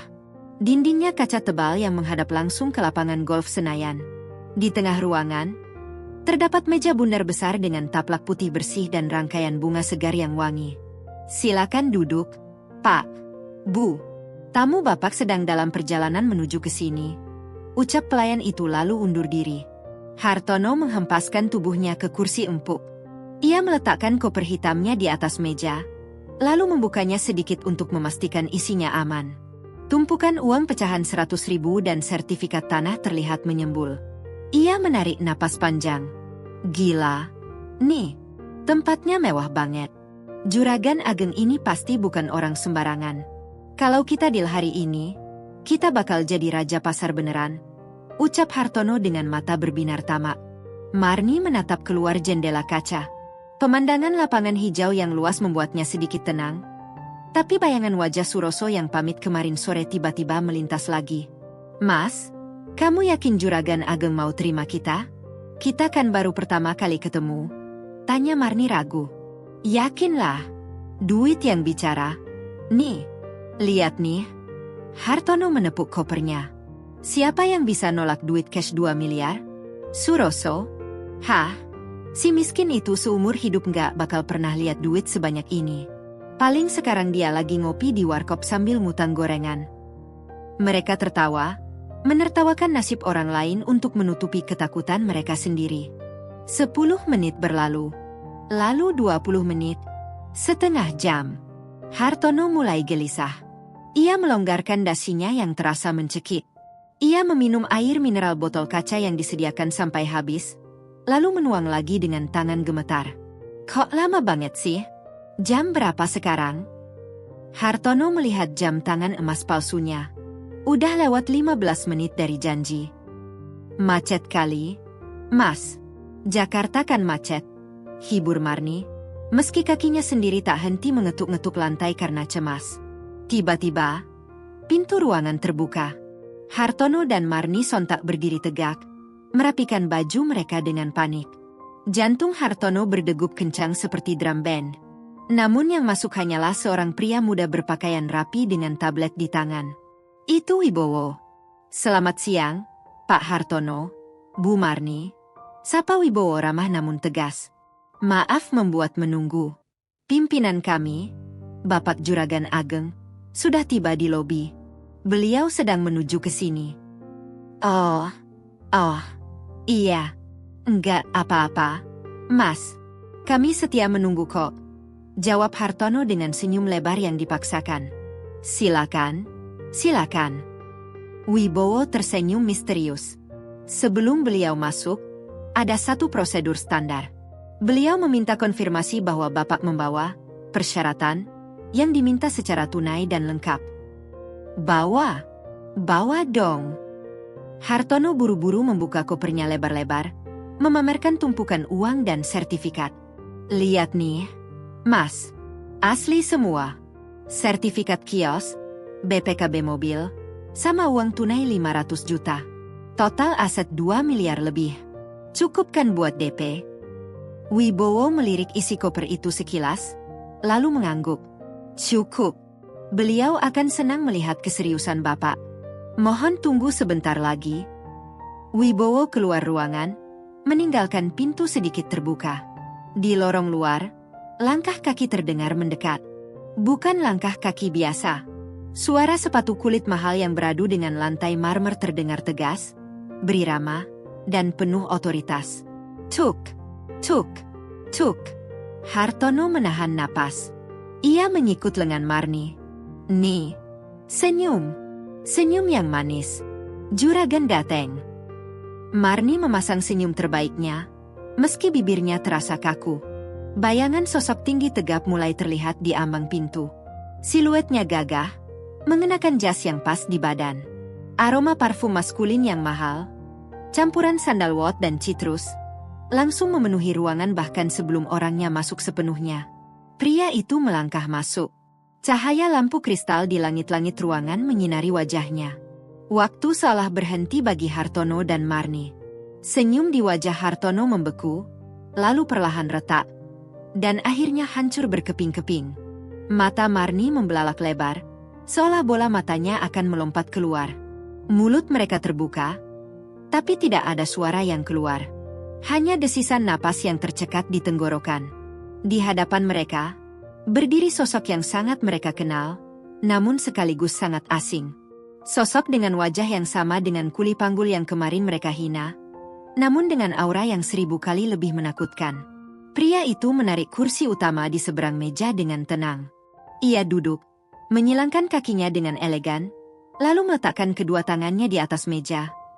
Memperlihatkan jam tangan Patek Philippe yang harganya bisa membeli 10 mobil Pajero Hartono. Ia menatap Hartono dan Marni bergantian dengan tatapan tajam, dingin, namun menusuk hingga ke tulang sumsum. "Selamat siang, Pak Hartono." "Bu Marni," sapa pria itu. Suaranya berat, dalam, dan penuh wibawa. Suara yang sama yang kemarin meminta izin cuti, namun kini tanpa logat ndeso yang dibuat-buat. "Maaf saya terlambat. Macet di jalan, atau mungkin saya hanya ingin memberi kalian waktu sedikit lebih lama untuk menikmati angan-angan kalian." Hartono mundur selangkah, kakinya menabrak kursi hingga terjungkal. Suroso, gagap Hartono, suaranya mencicit seperti tikus yang terinjak ekornya. Ini nggak mungkin lu ngapain pakai baju ginian? Lu nyolong di mana?" Suroso tidak menjawab. Ia hanya tersenyum. Senyum tipis yang mematikan. "Silakan duduk, Hartono. Bukankah kamu ingin bertemu Juragan Ageng? Orang yang memegang kunci gudang beras se-Jawa Barat." Suroso mencondongkan tubuhnya ke depan. "Kamu sedang menatap matanya sekarang." Marni menutup mulutnya dengan kedua tangan. Air mata syok mulai menggenang. Kakinya lemas. Ia merosot duduk kembali di kursinya. Pria gagah, wangi, dan berkuasa di depannya ini adalah mantan suaminya. Pria yang ia buang demi laki-laki yang kini gemetar ketakutan di sebelahnya. "Selamat datang di meja perundingan," bisik Suroso. "Mari kita bicara bisnis." Ruangan mewah itu mendadak terasa sempit dan mencekik bagi Hartono dan Marni. Puncak konflik telah dimulai, dan mereka baru sadar bahwa mereka tidak membawa senjata apa-apa selain leher mereka sendiri untuk dipenggal. Udara di dalam ruangan VVIP itu mendadak terasa tipis, seolah oksigen disedot habis oleh kehadiran sosok yang duduk tenang di ujung meja. Suara denting sendok perak yang beradu dengan piring porselen di meja sebelah sayup-sayup terdengar. Namun bagi Hartono dan Marni, dunia seakan berhenti berputar. Hartono masih berdiri kaku dengan mulut ternganga, matanya melotot tak percaya menatap pria di hadapannya. Otaknya berusaha keras memproses visual yang bertolak belakang ini. Suroso si kuli panggul yang bau keringat, kini duduk di kursi kekuasaan dengan setelan jas seharga 1 unit sepeda motor, memancarkan aura dominasi yang mencekik. "Suroso, lu gila ya?" Hartono akhirnya berhasil mengeluarkan suara, meski terdengar parau dan gemetar. "Lu pasti nyolong baju ini dari tamu hotel, kan? Atau lu jadi gigolo? Ngaku lu. Jangan main-main sama gue. Gue di sini mau ketemu Juragan Ageng, bukan mau lihat sandiwara krek kayak gini." Hartono tertawa, tawa yang sumbang dan penuh penyangkalan. Ia menoleh ke arah Wibowo yang berdiri di dekat pintu. "Heh, Mas Asisten, usir orang gila ini. Dia ini kuli di pasar saya. Dia penipu. Panggil satpam sekarang." Wibowo tidak bergerak. Wajahnya datar, Tanpa ekspresi, alih-alih memanggil satpam, Wibowo justru melangkah maju, membungkuk hormat ke arah Suroso, dan meletakkan sebuah map tebal di atas meja. Berkas kontrak yang Bapak minta sudah siap, Pak Suroso. Semua data aset Pak Hartono yang diagunkan juga sudah kami verifikasi validitasnya, ucap Wibowo dengan nada sangat sopan. Tawa Hartono mati seketika, seperti radio yang dicabut kabelnya. Marni menutup mulutnya dengan kedua tangan, menahan jeritan. Matanya memandang bolak-balik antara Wibowo dan Suroso. Keringat dingin mulai membasahi punggungnya yang terbuka. Mas Suroso, ini beneran kamu? Bisiknya lirih. Suroso tidak menjawab Marni. Ia menatap lurus ke manik mata Hartono, tatapan yang membuat nyali sang juragan beras menciut menjadi seukuran biji sawi. Suroso perlahan membuka map itu, mengeluarkan selembar kertas transfer ban. 50 juta rupiah, ucap Suroso tenang, jarinya mengetuk kertas itu. Uang pendaftaran yang kamu transfer kemarin pagi ke rekening perantara. Atas nama Hartono. Jam 9.15 waktu Indonesia Barat. Benar. Lutut Hartono lemas. Ia merosot jatuh kembali ke kursinya. Bagaimana lu bisa tahu? Karena rekening itu milik perusahaan saya, Hartono. PT Bumi Pangan Sejahtera. Jawab Suroso datar. Uang itu sudah saya salurkan ke panti asuhan di belakang pasar. Anggap saja sedekahmu yang pertama kali dalam sebulan ini. Kamu jarang sedekah, kan? Jadi lu? Hartono menelan ludah yang terasa seperti batu kerikil. Lu beneran? Juragan Ageng. Suroso menyandarkan punggungnya di kursi empuk itu, menautkan jari jemarinya di atas meja. Nama, Ageng, itu pemberian para petani binaan saya di Jawa Barat. Mereka memanggil saya begitu karena saya tidak pernah menekan harga gabah mereka. Tapi KTP saya masih Suroso. Suroso yang sama yang kamu hina setiap hari. Suroso yang kamu lempar uang 20.000 di lantai. Hening. Keheningan yang menyakitkan. Marni mulai terisak pelan. Isakannya terdengar pilu. Ia menatap Suroso dengan pandangan yang sulit diartikan. Penyesalan, kekaguman, dan rasa malu yang luar biasa. Ia melihat pria yang dulu ia tinggalkan karena dianggap tidak punya masa depan, kini duduk di depannya sebagai raksasa yang menguasai nasibnya. Kenapa, Mas? Tanya Marni di sela isaknya. Kenapa kamu nyamar jadi kuli? Kalau kamu kaya, kenapa kamu biarin aku pergi dulu? Kenapa kamu biarin orang-orang menghina kamu? Suroso mengalihkan pandangannya pada Marni. Sorot matanya melembut sedikit, namun tetap tegas. Dulu, saat kamu pergi, aku memang belum sekaya ini. Nih, aku baru merintis. Tapi aku punya mimpi. Dan saat kamu pergi, aku sadar satu hal. Aku butuh membangun diriku sendiri sebelum membangun istana untuk orang lain. Kepergianmu adalah bensin yang membakar semangatku. Suroso menarik napas panjang, lalu melanjutkan. Dan soal penyamaran ini, aku ingin melihat wajah asli manusia. Di dunia bisnis, semua orang manis di depan uang. Tapi di pasar, saat aku jadi kuli, aku melihat siapa yang punya hati dan siapa yang cuma punya ambisi. Aku mencari mitra yang jujur, bukan yang menjilat. Suroso menunjuk Hartono dengan dagunya. Dan suamimu ini, Marni, dia gagal total dalam ujian itu. Hartono yang sedari tadi diam karena syok, tiba-tiba tersadar akan situasi gentingnya. Insting bertahan hidupnya muncul. Ia menyambar koper hitamnya, membukanya dengan kasar, dan menumpahkan isinya ke atas meja. Tumpukan uang merah dan sertifikat tanah berserakan di antara piring-piring mewah. Oke. So, lu menang. Lu hebat. Hartono berbicara cepat. Napasnya memburu. Gue ngaku gue salah. Gue minta maaf udah ngehina lu. Tapi ini bisnis, kan? Lu pebisnis, gue pebisnis. Lihat nih. Ini duit cash 500 juta. Ini sertifikat kios. Ini BPKB Pajero. Total 2 miliar lebih. Ambil semuanya. So, gue beli beras lu. Gue beli harga tinggi. Hartono mendorong tumpukan uang itu ke arah Suroso dengan putus asa. Ayolah, kawan lama. Jangan bawa perasaan.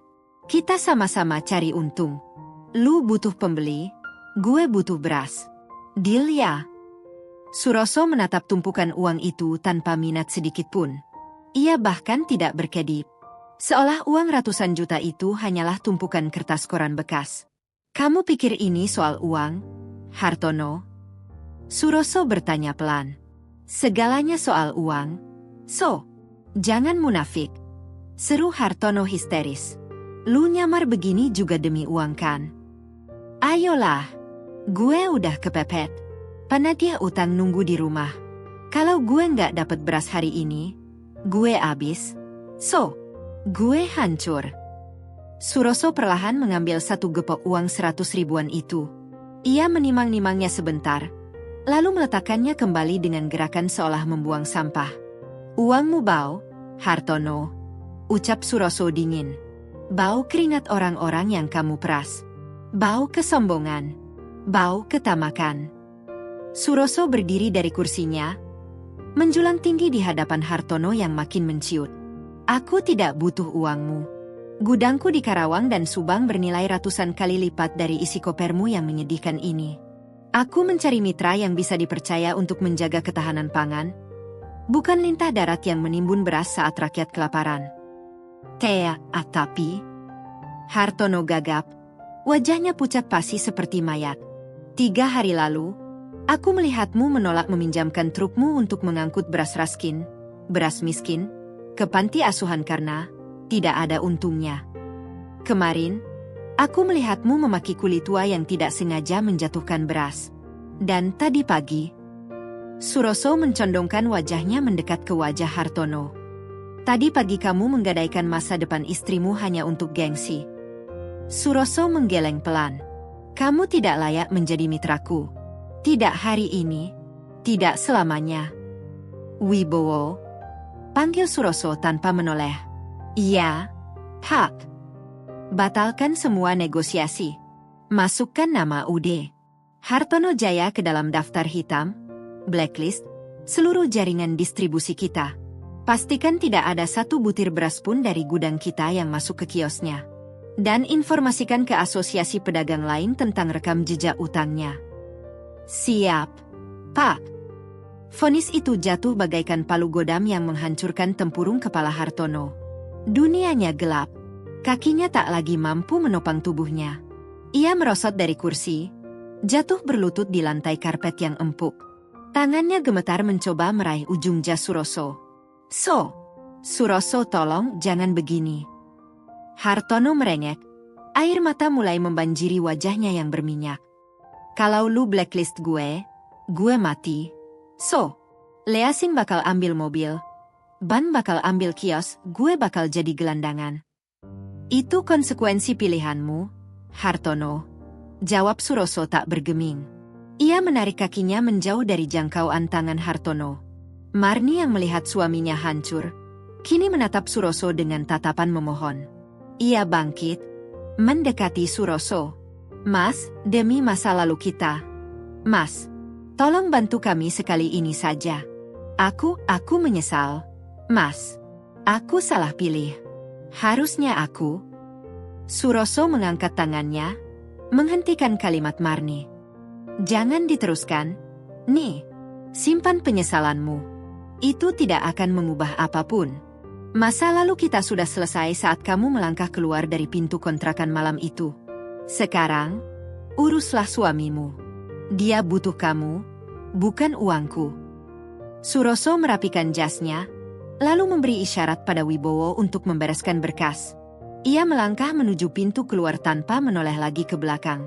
Nikmatilah hidangannya, ucap Suroso sebelum memutar gagang pintu.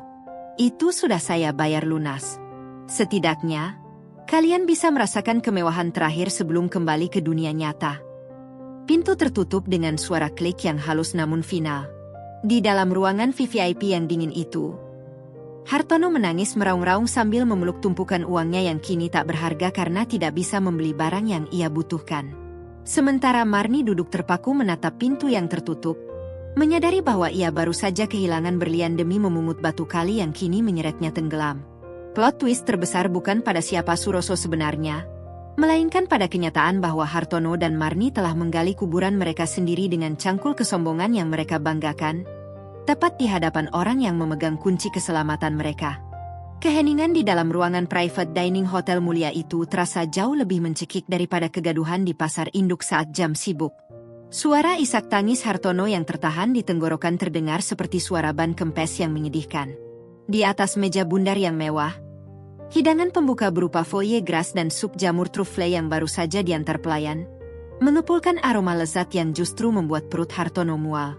Suroso berdiri tegak di dekat pintu. Satu tangannya sudah memegang gagang pintu berlapis emas, siap untuk memutar dan melangkah keluar dari drama kehidupan mantan istri dan suami barunya itu. Namun, langkahnya tertahan oleh suara gedebuk keras di belakangnya. Hartono, sang juragan yang biasanya mendongakkan kepala setinggi langit, kini menjatuhkan dirinya ke lantai. Lututnya menghantam karpet tebal dengan keras. Ia merangkak, menyeret tubuh gempalnya mendekati kaki Suroso, mengabaikan jas mahalnya yang kusut dan harga dirinya yang sudah hancur lebur. Mas Suroso, tolong. Mas, jangan pergi dulu. Suara Hartono parau, bercampur dengan lendir ingus dan air mata. Tangan Hartono yang gemetar berusaha menggapai ujung celana bahan Suroso. Namun Suroso memundurkan kakinya selangkah, enggan tersentuh. Berdiri, Hartono. Jangan mempermalukan dirimu sendiri lebih jauh. Ucap Suroso dingin, matanya menatap tajam ke arah pria yang sedang bersujud itu. Di mana gagahmu yang kemarin berteriak-teriak di depan kios? Di mana sombongmu yang melempar uang receh ke lantai? Aku salah, Mas. Aku bodoh. Hartono meraung, memukul-mukul dadanya sendiri. Aku khilaf, Mas. Tolong cabut blacklistnya. Kalau semua distributor tahu aku di blacklist sama Juragan Ageng, nggak ada yang mau kasih utang barang ke aku lagi. Kiosku bakal tutup. Mas, mobil ditarik leasing besok pagi. Aku bisa masuk penjara karena cek kosong. Suroso menghela napas panjang. Pemandangan di depannya ini tidak memberinya kepuasan balas dendam seperti yang ia bayangkan dulu. Tidak ada rasa sorak-sorai di hatinya. Yang ada hanya rasa iba yang bercampur dengan kelelahan batin. Melihat musuhmu hancur karena kebodohannya sendiri ternyata lebih menyedihkan daripada memuaskan. Itu bukan urusanku, Hartono. Jawab Suroso datar. Setiap keputusan ada harganya. Kamu memilih untuk membangun bisnismu di atas pondasi utang dan kesombongan. Sekarang, saat pondasi itu runtuh, jangan minta orang lain yang menahannya. Tapi kita kan teman lama, Mas. Kita sama-sama dari pasar. Hartono masih berusaha mencari celah, menggunakan kartu, teman, yang selama ini ia injak-injak. Teman. Suroso tertawa pelan, tawa yang kering tanpa emosi. Teman mana yang mempermalukan temannya di depan umum demi terlihat hebat? Teman mana yang merebut istri temannya saat temannya sedang jatuh? Kamu bukan temanku, Hartono. Kamu hanyalah masa lalu yang sudah kututup bukunya. Di sudut ruangan, Marni bangkit dari kursinya. Kakinya goyah, hak tinggi sepatunya terasa menyiksa. Wajahnya yang cantik kini berantakan, maskaranya luntur membentuk garis hitam di pipi, membuatnya terlihat seperti badut yang sedih. Ia menatap Suroso, sosok pria yang 5 tahun lalu ia tinggalkan karena miskin, kini berdiri dengan aura kekuasaan yang tak tersentuh. Marni melangkah mendekat, air matanya mengalir deras tanpa suara. Mas? Panggil Marni lirih. Suroso menoleh. Tatapan matanya pada Marni sedikit berbeda. Tidak ada kebencian di sana, hanya kosong. Seperti melihat orang asing yang pernah kita kenal di dalam mimpi. Mas, kalau kamu nggak mau tolong Hartono, tolong aku. Mas? Marni memelas, suaranya bergetar hebat. Aku masih istri orang, Mas. Tapi rasanya aku nggak sanggup kalau harus hidup miskin lagi. Kalau Hartono bangkrut, aku harus gimana? Aku malu balik ke kampung. Mas, orang tua di sana taunya aku hidup enak di Jakarta. Suroso menatap Marni lekat-lekat. Ia melihat wanita yang dulu pernah ia cintai setengah mati. Wanita yang rela ia belikan martabak manis meski uang di kantongnya tinggal untuk bensin besok. Wanita yang dulu ia janjikan kebahagiaan, namun tidak sabar menunggu janji itu terwujud. Marni. Suara Suroso melembut, namun ketegasannya tidak berkurang 1 milimeter pun. Kamu takut miskin? Marni mengangguk cepat, berharap ada secercah harapan. Iya, Mas. Aku takut. Tolonglah, pinjamkan kami modal. Atau beli aset Hartono dengan harga wajar. Mas kan kaya raya sekarang. Uang segitu nggak ada artinya buat Mas. Suroso menggeleng pelan, senyum getir tersungging di bibirnya. Kamu salah, Marni. Uang itu sangat berarti. Justru karena aku tahu betapa sulitnya mencari uang halal, aku tidak akan membuangnya untuk menyelamatkan orang yang tidak pernah menghargainya. Suroso melangkah maju 1 langkah, menatap tepat ke dalam manik mata Marni yang basah. Dengar baik-baik. Nih, bukan kemiskinanku yang membuatmu pergi 5 tahun lalu, tapi ketidakmampuanmu untuk bersyukur. Saat itu kita punya atap, kita punya nasi, kita punya kesehatan. Tapi bagimu itu kurang. Kamu ingin kilau emas, kamu ingin deru mesin mobil, kamu mengejar bayangan di cermin. Marni terisak, menunduk dalam-dalam. Kata-kata Suroso menamparnya lebih keras daripada tamparan fisik.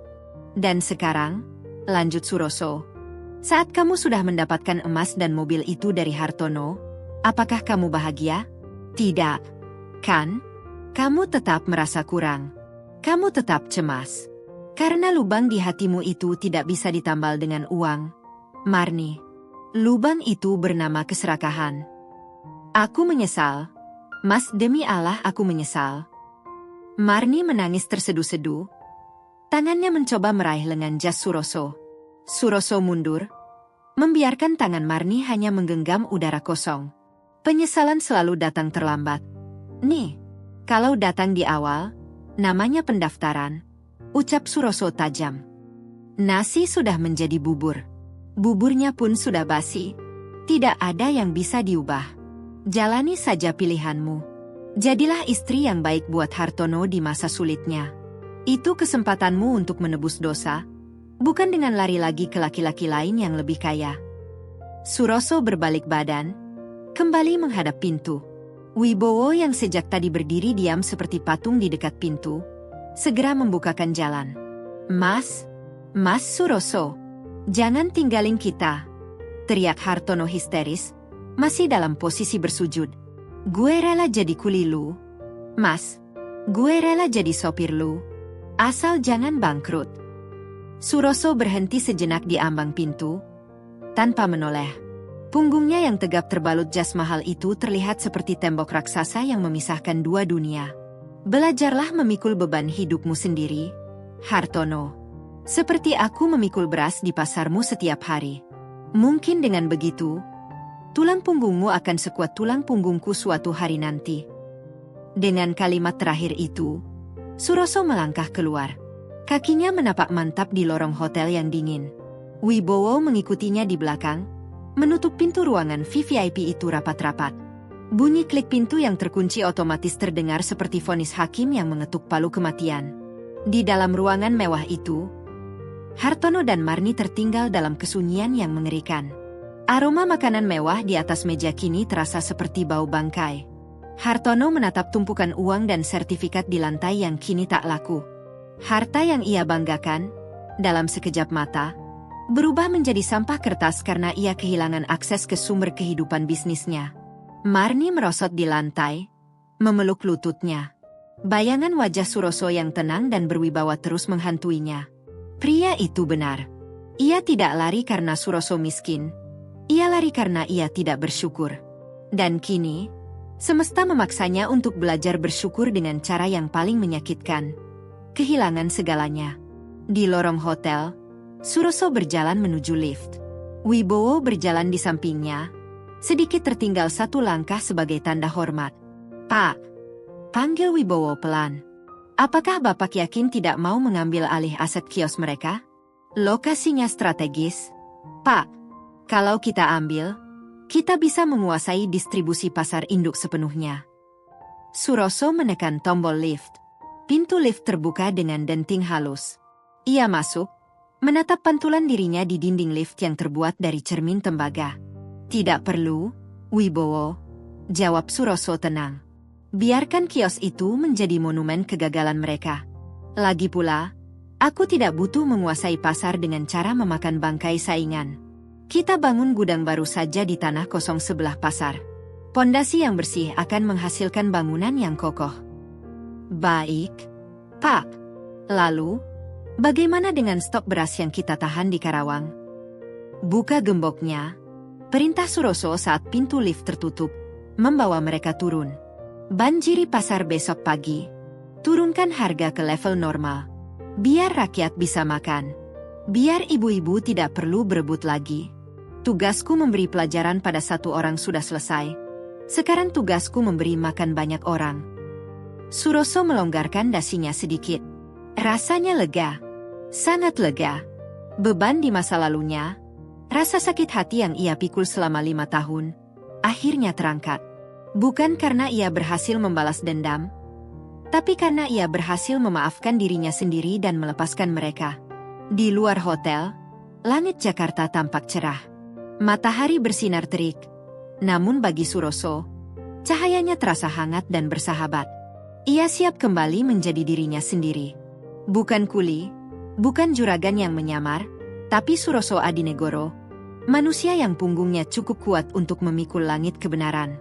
Pagi itu, pasar induk Kramat Jati tidak lagi berbau kecemasan. Aroma anyir kepanikan yang sempat menggantung selama 3 hari terakhir telah terusir oleh wangi beras pulen yang baru saja turun dari puluhan truk tronton. Deru mesin diesel dan teriakan, "Awas punggung!" kembali terdengar, namun kali ini nadanya riang, bukan bentakan stres. Suroso berdiri di seberang jalan, di bawah pohon angsana yang daunnya mulai meranggas. Ia tidak mengenakan kaos partai bolongnya, tidak pula mengenakan jas Italia mentereng seperti kemarin. Ia mengenakan kemeja batik lengan pendek motif Sido Mukti. Motif yang melambangkan harapan akan kebahagiaan dan kemuliaan, dipadukan dengan celana bahan hitam yang rapi namun sederhana. Matanya menyapu pemandangan pasar yang kembali hidup. Truk-truk besar bertuliskan, PT Bumi Pangan Sejahtera, berjejer rapi, memuntahkan ribuan karung beras ke kios-kios pedagang. Harga di papan pengumuman pasar sudah turun drastis ke angka normal. Ibu-ibu tersenyum lega, pedagang nasi uduk kembali menyalakan kompornya, dan kuli-kuli panggul kembali bermandi keringat dengan upah yang lancar. Namun, ada satu pemandangan kontras yang menarik perhatian Suroso. Di Blok A, kios terbesar yang biasanya paling angkuh, kini tertutup rapat. Rolling door besinya digembok silang dengan rantai besar. Sebuah stiker kuning mencolok tertempel miring di tengahnya. Aset ini dalam pengawasan Ban Gleasing. Di depannya, mobil Pajero putih yang biasanya parkir melintang menghalangi jalan, sudah lenyap. Konon, tadi subuh 2 mobil derek datang mengangkutnya, diiringi tangisan histeris seorang wanita yang mencoba menghalang-halangi petugas. Marni. Sedangkan Hartono, kabarnya ia sembunyi di kamar mandi pos satpam, takut menemui orang-orang yang dulu ia sombongkan. Dunia berputar begitu cepat. Gumam Suroso pelan. Tidak ada senyum kemenangan di bibirnya. Hanya ada rasa lega. Seperti baru saja meletakkan beban berat yang sudah ia pikul bertahun-tahun. Suroso melangkah menyeberang jalan. Tujuannya bukan kios Hartono, melainkan warung kopi Yunah di pojok pasar. Tempat di mana persahabatan sejati diuji bukan dengan uang, tapi dengan segelas kopi hitam dan gorengan hangat. Loh, Kang Suroso. Yunah yang sedang mengaduk gula, terbelalak kaget sampai sendoknya berdenting keras. Wah, rapi amat. Kang, mau ngelamar kerja di mana? Atau mau kondangan? Suroso tersenyum lebar, duduk di bangku kayu panjang yang sudah ia akrabi lekuk-lekuknya. Enggak kemana-mana, cuma mau pamit. Tolong buatkan kopi susu 5 gelas, sama gorengan 1 nampan penuh. Panggil Pak Dorman dan teman-teman ke sini. Tak lama kemudian, Pak Dorman, Mandor Tarman, dan 3 kuli lainnya datang tergopoh-gopoh. Mereka menatap Suroso dengan pandangan asing bercampur kagum. Suroso yang mereka kenal biasanya berdebu dan bau apek, kini terlihat bersih dan ganteng. Wealah. Pak Suroso. Pak Dorman tergagap, bingung harus memanggil apa. Dengar-dengar gosip dari sopir truk yang baru datang, katanya yang punya PT Bumi Pangan itu sampeannya. Suroso tertawa renyah, menepuk bahu Pak Dorman agar duduk di sebelahnya. Panggil Suroso saja. Pak, jabatan itu cuma titipan. Kalau pas dicabut ya balik jadi Suroso lagi. Mandor Tarman menggeleng-gelengkan kepala tak percaya. Gusti Allah Maha Adil. Pantesan kemarin kamu tenang banget waktu dihina si Hartono. Ternyata kamu singa yang lagi tidur. Ngomong-ngomong, si Hartono beneran bangkrut. Habis-habisan. Katanya utangnya di mana-mana. Sudah, Kang. Jangan dibahas lagi. Biar itu jadi urusan dia sama Tuhan. Potong Suroso halus. Ia tidak ingin momen perpisahannya dikotori oleh gibah. Suroso kemudian mengeluarkan sebuah map plastik dari tas selempangnya. Ia meletakkannya di depan Pak Dorman. Ini apa? Tanya Pak Dorman bingung. Pak Dorman, Kang Tarman, dan teman-teman, saya mau pamit. Tugas saya di sini sudah selesai. Saya harus kembali ke Karawang, mengurus sawah dan panen raya. Ucap Suroso sungguh-sungguh. Suasana mendadak hening. Wajah-wajah lelah para kuli itu tampak sedih. Kehilangan teman senasib seperjuangan rasanya lebih berat daripada kehilangan pekerjaan. Tapi sebelum saya pergi, lanjut Suroso, saya nggak mau ninggalin kalian begitu saja. Di dalam map ini ada surat penunjukan resmi. Penunjukan apa? Mulai hari ini, saya menunjuk kalian berlima sebagai distributor utama beras PT Bumi Pangan Sejahtera untuk wilayah Pasar Induk Kramat Jati. Saya sudah sewakan ruko di Blok C, yang lebih besar dari kios Hartono dulu, untuk kalian kelola. Modalnya dari saya, keuntungannya bagi hasil. Kalian yang atur, kalian yang jadi bosnya. Mata Pak Dorman membelalak lebar, mulutnya menganga. Mandor Tarman sampai tersedak pisang gorengnya. Kamu nggak bercanda kan? Kita ini cuma kuli. Nggak bisa dagang. Nggak bisa ngitung duit. Siapa bilang? Sanggah Suroso tegas. Kalian yang paling tahu beras mana yang bagus, mana yang jelek. Kalian yang paling tahu siapa pedagang yang jujur, siapa yang curang. Masalah hitung-hitungan, nanti Wibowo asisten saya akan kirim orang buat ngajarin pembukuan. Yang penting amanah. Saya percaya kalian orang jujur. Dan kejujuran itu modal paling mahal yang gak dimiliki Hartono. Pak Dorman menunduk, bahunya berguncang. Air mata menetes di celana kumalnya. Ia meraih tangan Suroso, menciumnya dengan taksim. Matur nuwun, Gusti matur nuwun, Nak Suroso. Saya nggak nyangka tua-tua begini malah diangkat derajatnya. Suroso menarik tangannya, lalu memeluk pria tua itu erat-erat. Bapak sudah seperti bapak saya sendiri di sini. Jaga amanah ini ya, Pak. Jangan sampai ada orang kelaparan karena harga beras dimainkan. Itu dosa besar. Setelah perpisahan yang penuh haru dan air mata bahagia itu, Suroso berjalan meninggalkan pasar. Ia sempat menoleh sekali lagi ke arah kios Hartono yang mati suri. Di sana, ia melihat bayangan masa lalunya. Marni yang muda dan ambisius, Hartono yang licik, dan dirinya sendiri yang naif. Semua bayangan itu perlahan memudar, tersapu angin siang yang membawa debu jalanan. Suroso berjalan menuju area parkir belakang. Di sana, Wibowo sudah menunggu di samping sebuah sedan hitam yang mengkilap. Pintu belakang sudah terbuka. Sudah selesai, Pak? Tanya Wibowo sambil tersenyum. Sudah. W.O.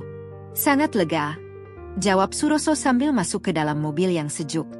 Mobil bergerak perlahan meninggalkan area pasar yang semrawut. Suroso melihat keluar jendela. Ia melihat seorang kuli muda sedang memanggul karung beras yang berat. Wajahnya meringis menahan beban, keringat bercucuran. Suroso tersenyum. Ia melihat dirinya sendiri pada pemuda itu. Berhenti sebentar, W.O. Perintah Suroso. Wibowo mengerem mobil. Suroso menurunkan kaca jendela. Ia memanggil kuli muda itu. Mas, sini sebentar. Pemuda itu mendekat dengan ragu. takut dimarahi karena menghalangi jalan mobil mewah. Iya, Pak. Suroso mengulurkan sebotol air mineral dingin yang baru diambilnya dari coler box mobil. Dan menyelipkan selembar uang 100.000 di sela-sela botol itu. Minum dulu, punggungmu kuat, tapi jangan lupa istirahat. Rezeki itu dikejar, bukan dipaksa, ucap Suroso ramah. Pemuda itu tertegun, menerima botol itu dengan tangan gemetar.